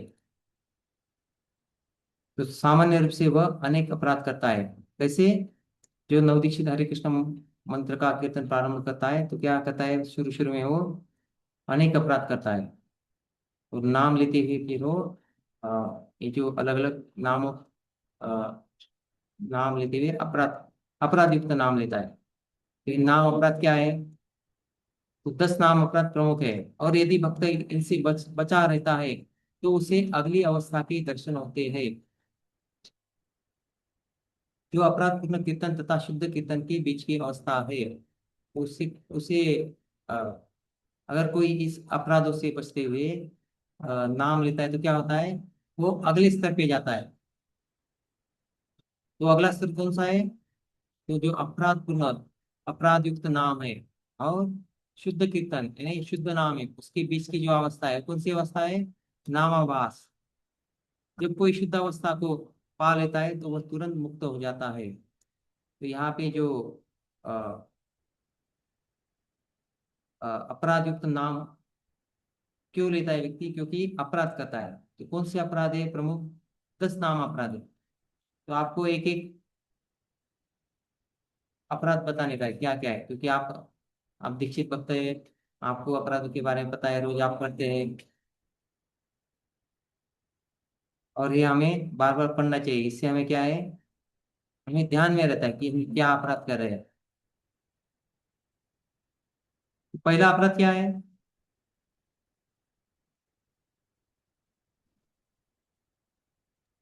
हरे कृष्णा। हाँ प्रभु जी अब मतलब हाँ, नाम नाम अपराध अपराध। पूछ रहे हैं।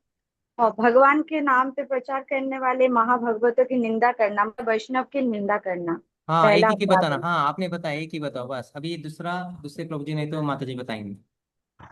अच्छा, ओके। हाँ बताओ, हरे कृष्णा।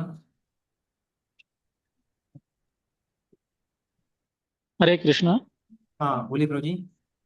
आध्यात्मिक गुरु की अवज्ञा करना। हाँ, वो तीसरा हो गया, ठीक है, चलेगा। गुरु की भगवत अवज्ञा करना दूसरा और बोलोगे उन्हें प्रभु जी। साधारण मनुष्य समझना। तो अभी दूसरी ड्यूटी बताएंगे, दूसरा अपराध। दूसरा क्या है, दूसरा प्रभु जी हरे अपराध क्या है? कृष्णा। हाँ बोलिए। हरे कृष्णा। देवताओं को भगवान विष्णु के या कृष्ण के समान समझना या हाँ, स्वतंत्र समझना। शिव ब्रह्मा आदि देवताओं के क्या है, भगवान नाम के समान अथवा उनसे स्वतंत्र समझना। उनके जो नाम को और भगवान के नाम को स्वतंत्र या उनके समान समझना। ठीक है, अभी तीसरा भी हो गया है। चौथा, वेद, हरे शास्त्र अथवा प्रमाणों का खंडन करना। हाँ, वैदिक जो शास्त्र दिए गए और उनमें जो प्रमाण दिए गए, इन्हें उनका खंडन करना है या उनको नहीं मानना। ठीक, और पांचवा, उसके बाद है हरे हरे कृष्णा मंत्र के जप की महिमा को काल्पनिक समझना। हाँ, काल्पनिक समझना यानी ये जो जप है, महामंत्र है, ये क्या है, कुछ तो काल्पनिक है, ये वास्तव में नहीं है। ये समाज में कुछ तो नैतिकता लाने के लिए कुछ तो ऐसा किसी महान व्यक्ति ने कुछ तो ऐसा अ, दिया है, नियम दिया है, कुछ तो रीति रिवाज बनाया है।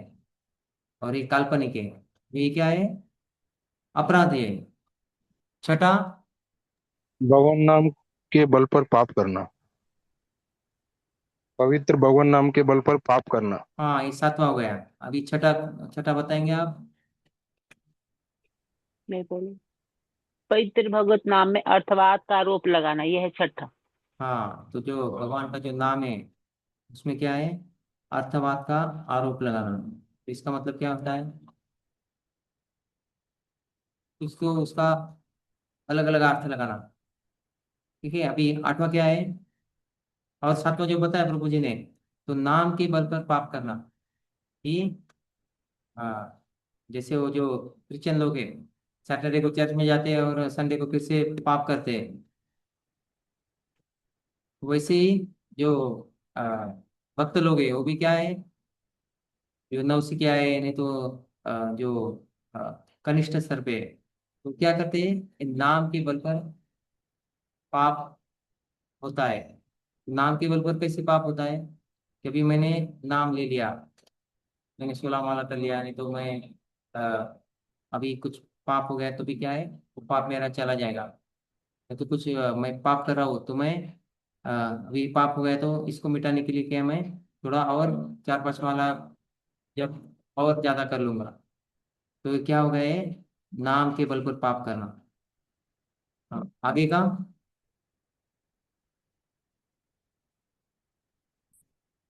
आठवां क्या है? हरे नाम जप कृष्ण का उपयोग महामंत्र के समझना। जप को वेदों में वर्णित एक अकाम करने या कर्म कांड के समान है। हाँ, तो ये जो नाम जप कर रहे हैं ये क्या है?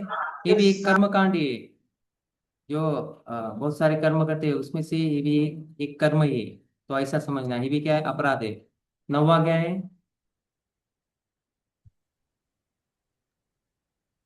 श्रद्धालु को हरि नाम की महिमा का उपदेश देना। जो अश्रद्धालु व्यक्ति है उसको क्या है? हरि नाम की महिमा का उपदेश देना। जैसे हमने पहले भी देखा कि हम जो कोई व्यक्ति है उनको क्या है, हरि, जो नए व्यक्ति है, नहीं तो जिनको हरि नाम में विश्वास नहीं है, जिनकी श्रद्धा नहीं है, ऐसे व्यक्तियों को नाम की महिमा के बारे में बताना। तो अगर ऐसे बताएंगे तो क्या है, वो अपराध होता है। इसलिए हम क्या करते हैं, उनको नाम की महिमा नहीं बताते, हम उसको नाम ही लेने के लिए बोलते हैं कि आप क्या करो, नाम लेना चालू करो। हम नाम लेने में उनको नाम यानी भगवान का नाम लेने के लिए बोलना वो अपराध नहीं है।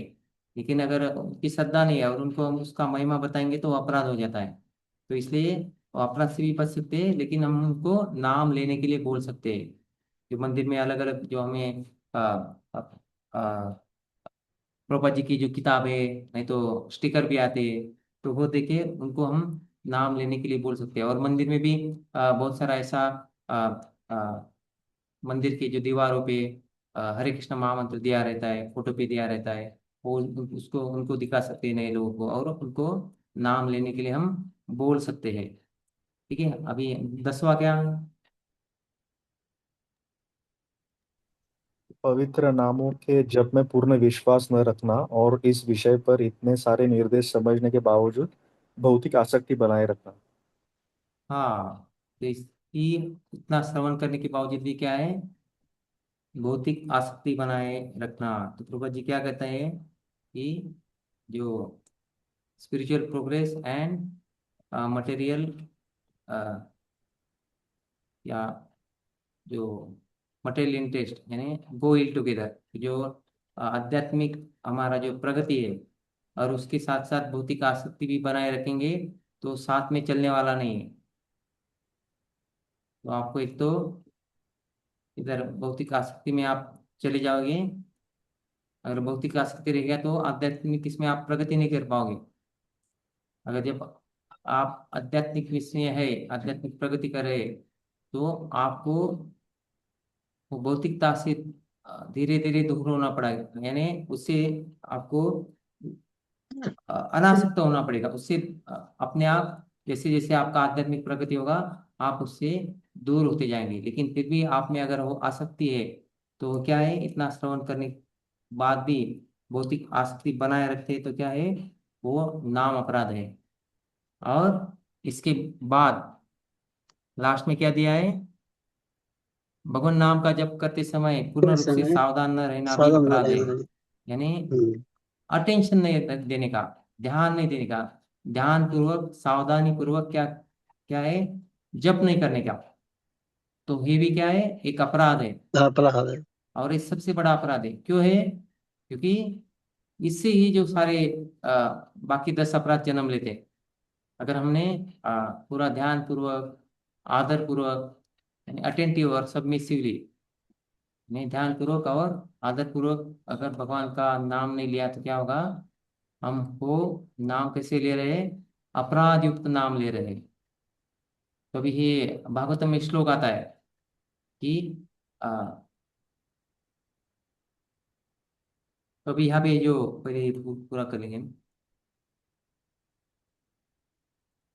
रूपा जी यही बता रहे हैं, जो भक्त इन अपराधों से बचता है, ये जो 10 नाम अपराध और विशेषता है जो 11वां अपराध दिया है, तो जब कैसे होना चाहिए? ध्यान पूर्वक और सावधानी पूर्वक, आदर पूर्वक हमने जप करना चाहिए।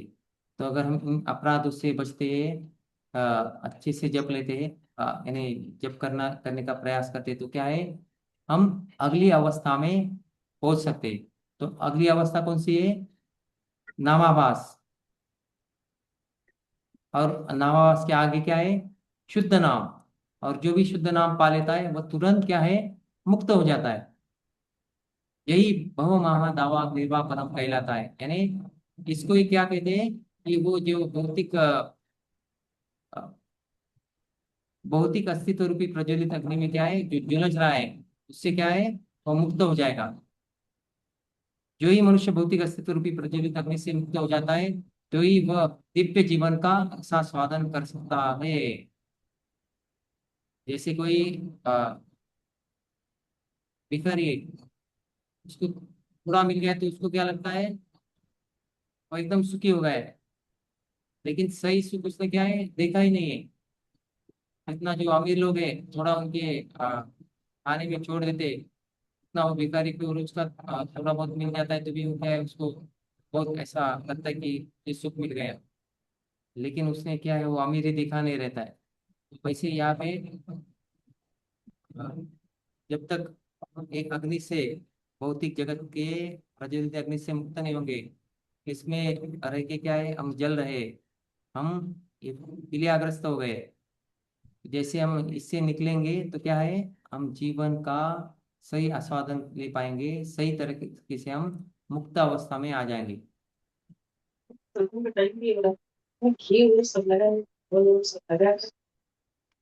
तो अभी यहाँ पे जो है, जो सारांश है, जाना है क्या?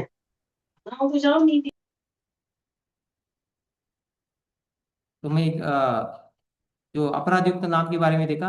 अभी 2 मिनट में हम जो नामाभास है, थोड़ा उसके बारे में भी हम देखेंगे कैसा है। लेकिन अभी समय क्या हुआ, 1:08 हो गया, ठीक है। तो अभी यहाँ पे जो अ, आगे का है, नामाभास और शुद्ध नाम के बारे में हम और थोड़ा चर्चा अगले सत्र में करेंगे। और ये जो सारांश दिया है, यानी निष्कर्ष है पूरा इसका, कि कैसे हमने भगवान का जो नाम है कैसे लेना चाहिए, और कैसे इस बहुबंधन से हमने निकलना है, कैसे हम अपना जीवन स्वस्थ कर सकते हैं, कैसे हम ये जो पीलिया आ, रोग है, जो भव रोग है, उससे हम कैसे दूर होके भगवान का जो नाम है, कैसे हम जो मीठा स्वाद फिर से हमारे जीवा पे आएगा। जैसे अगर किसी के जीवा को प्लास्टिक लगा दिया, और उसको कितना भी हम गुलाब जाम देंगे, रसगुल्ला देंगे, कुछ भी खाने के लिए मीठा देंगे, तो क्या उसको स्वाद लगने वाला है क्या? तो वैसे ही जब तक हम वो जो अ, पित्त, पीलिया के कारण जीभ के ऊपर जो पित्त आ जाता है, वो जब तक नहीं जाएगा, वैसे ही ये भवरोग के कारण, अज्ञान के कारण, माया के प्रलोभन के कारण जो हम रुग्ण अवस्था में है, जब तक हम बार बार प्रतिदिन आदर से भगवान का नाम का जप करेंगे नहीं, तब तक क्या है, हम इस रोग से मुक्त नहीं हो पाएंगे। तो अभी आगे का जो भी सारांश है वो हम अगले सत्र में देखेंगे। तो यहाँ पे हम इस क्लास को क्या है, विराम देते हैं। ठीक है। आपको अगर कुछ प्रश्न पूछना है, अगर किसी को जाना है तो जा सकते हैं। हरे कृष्णा। और आपको कुछ प्रश्न पूछना है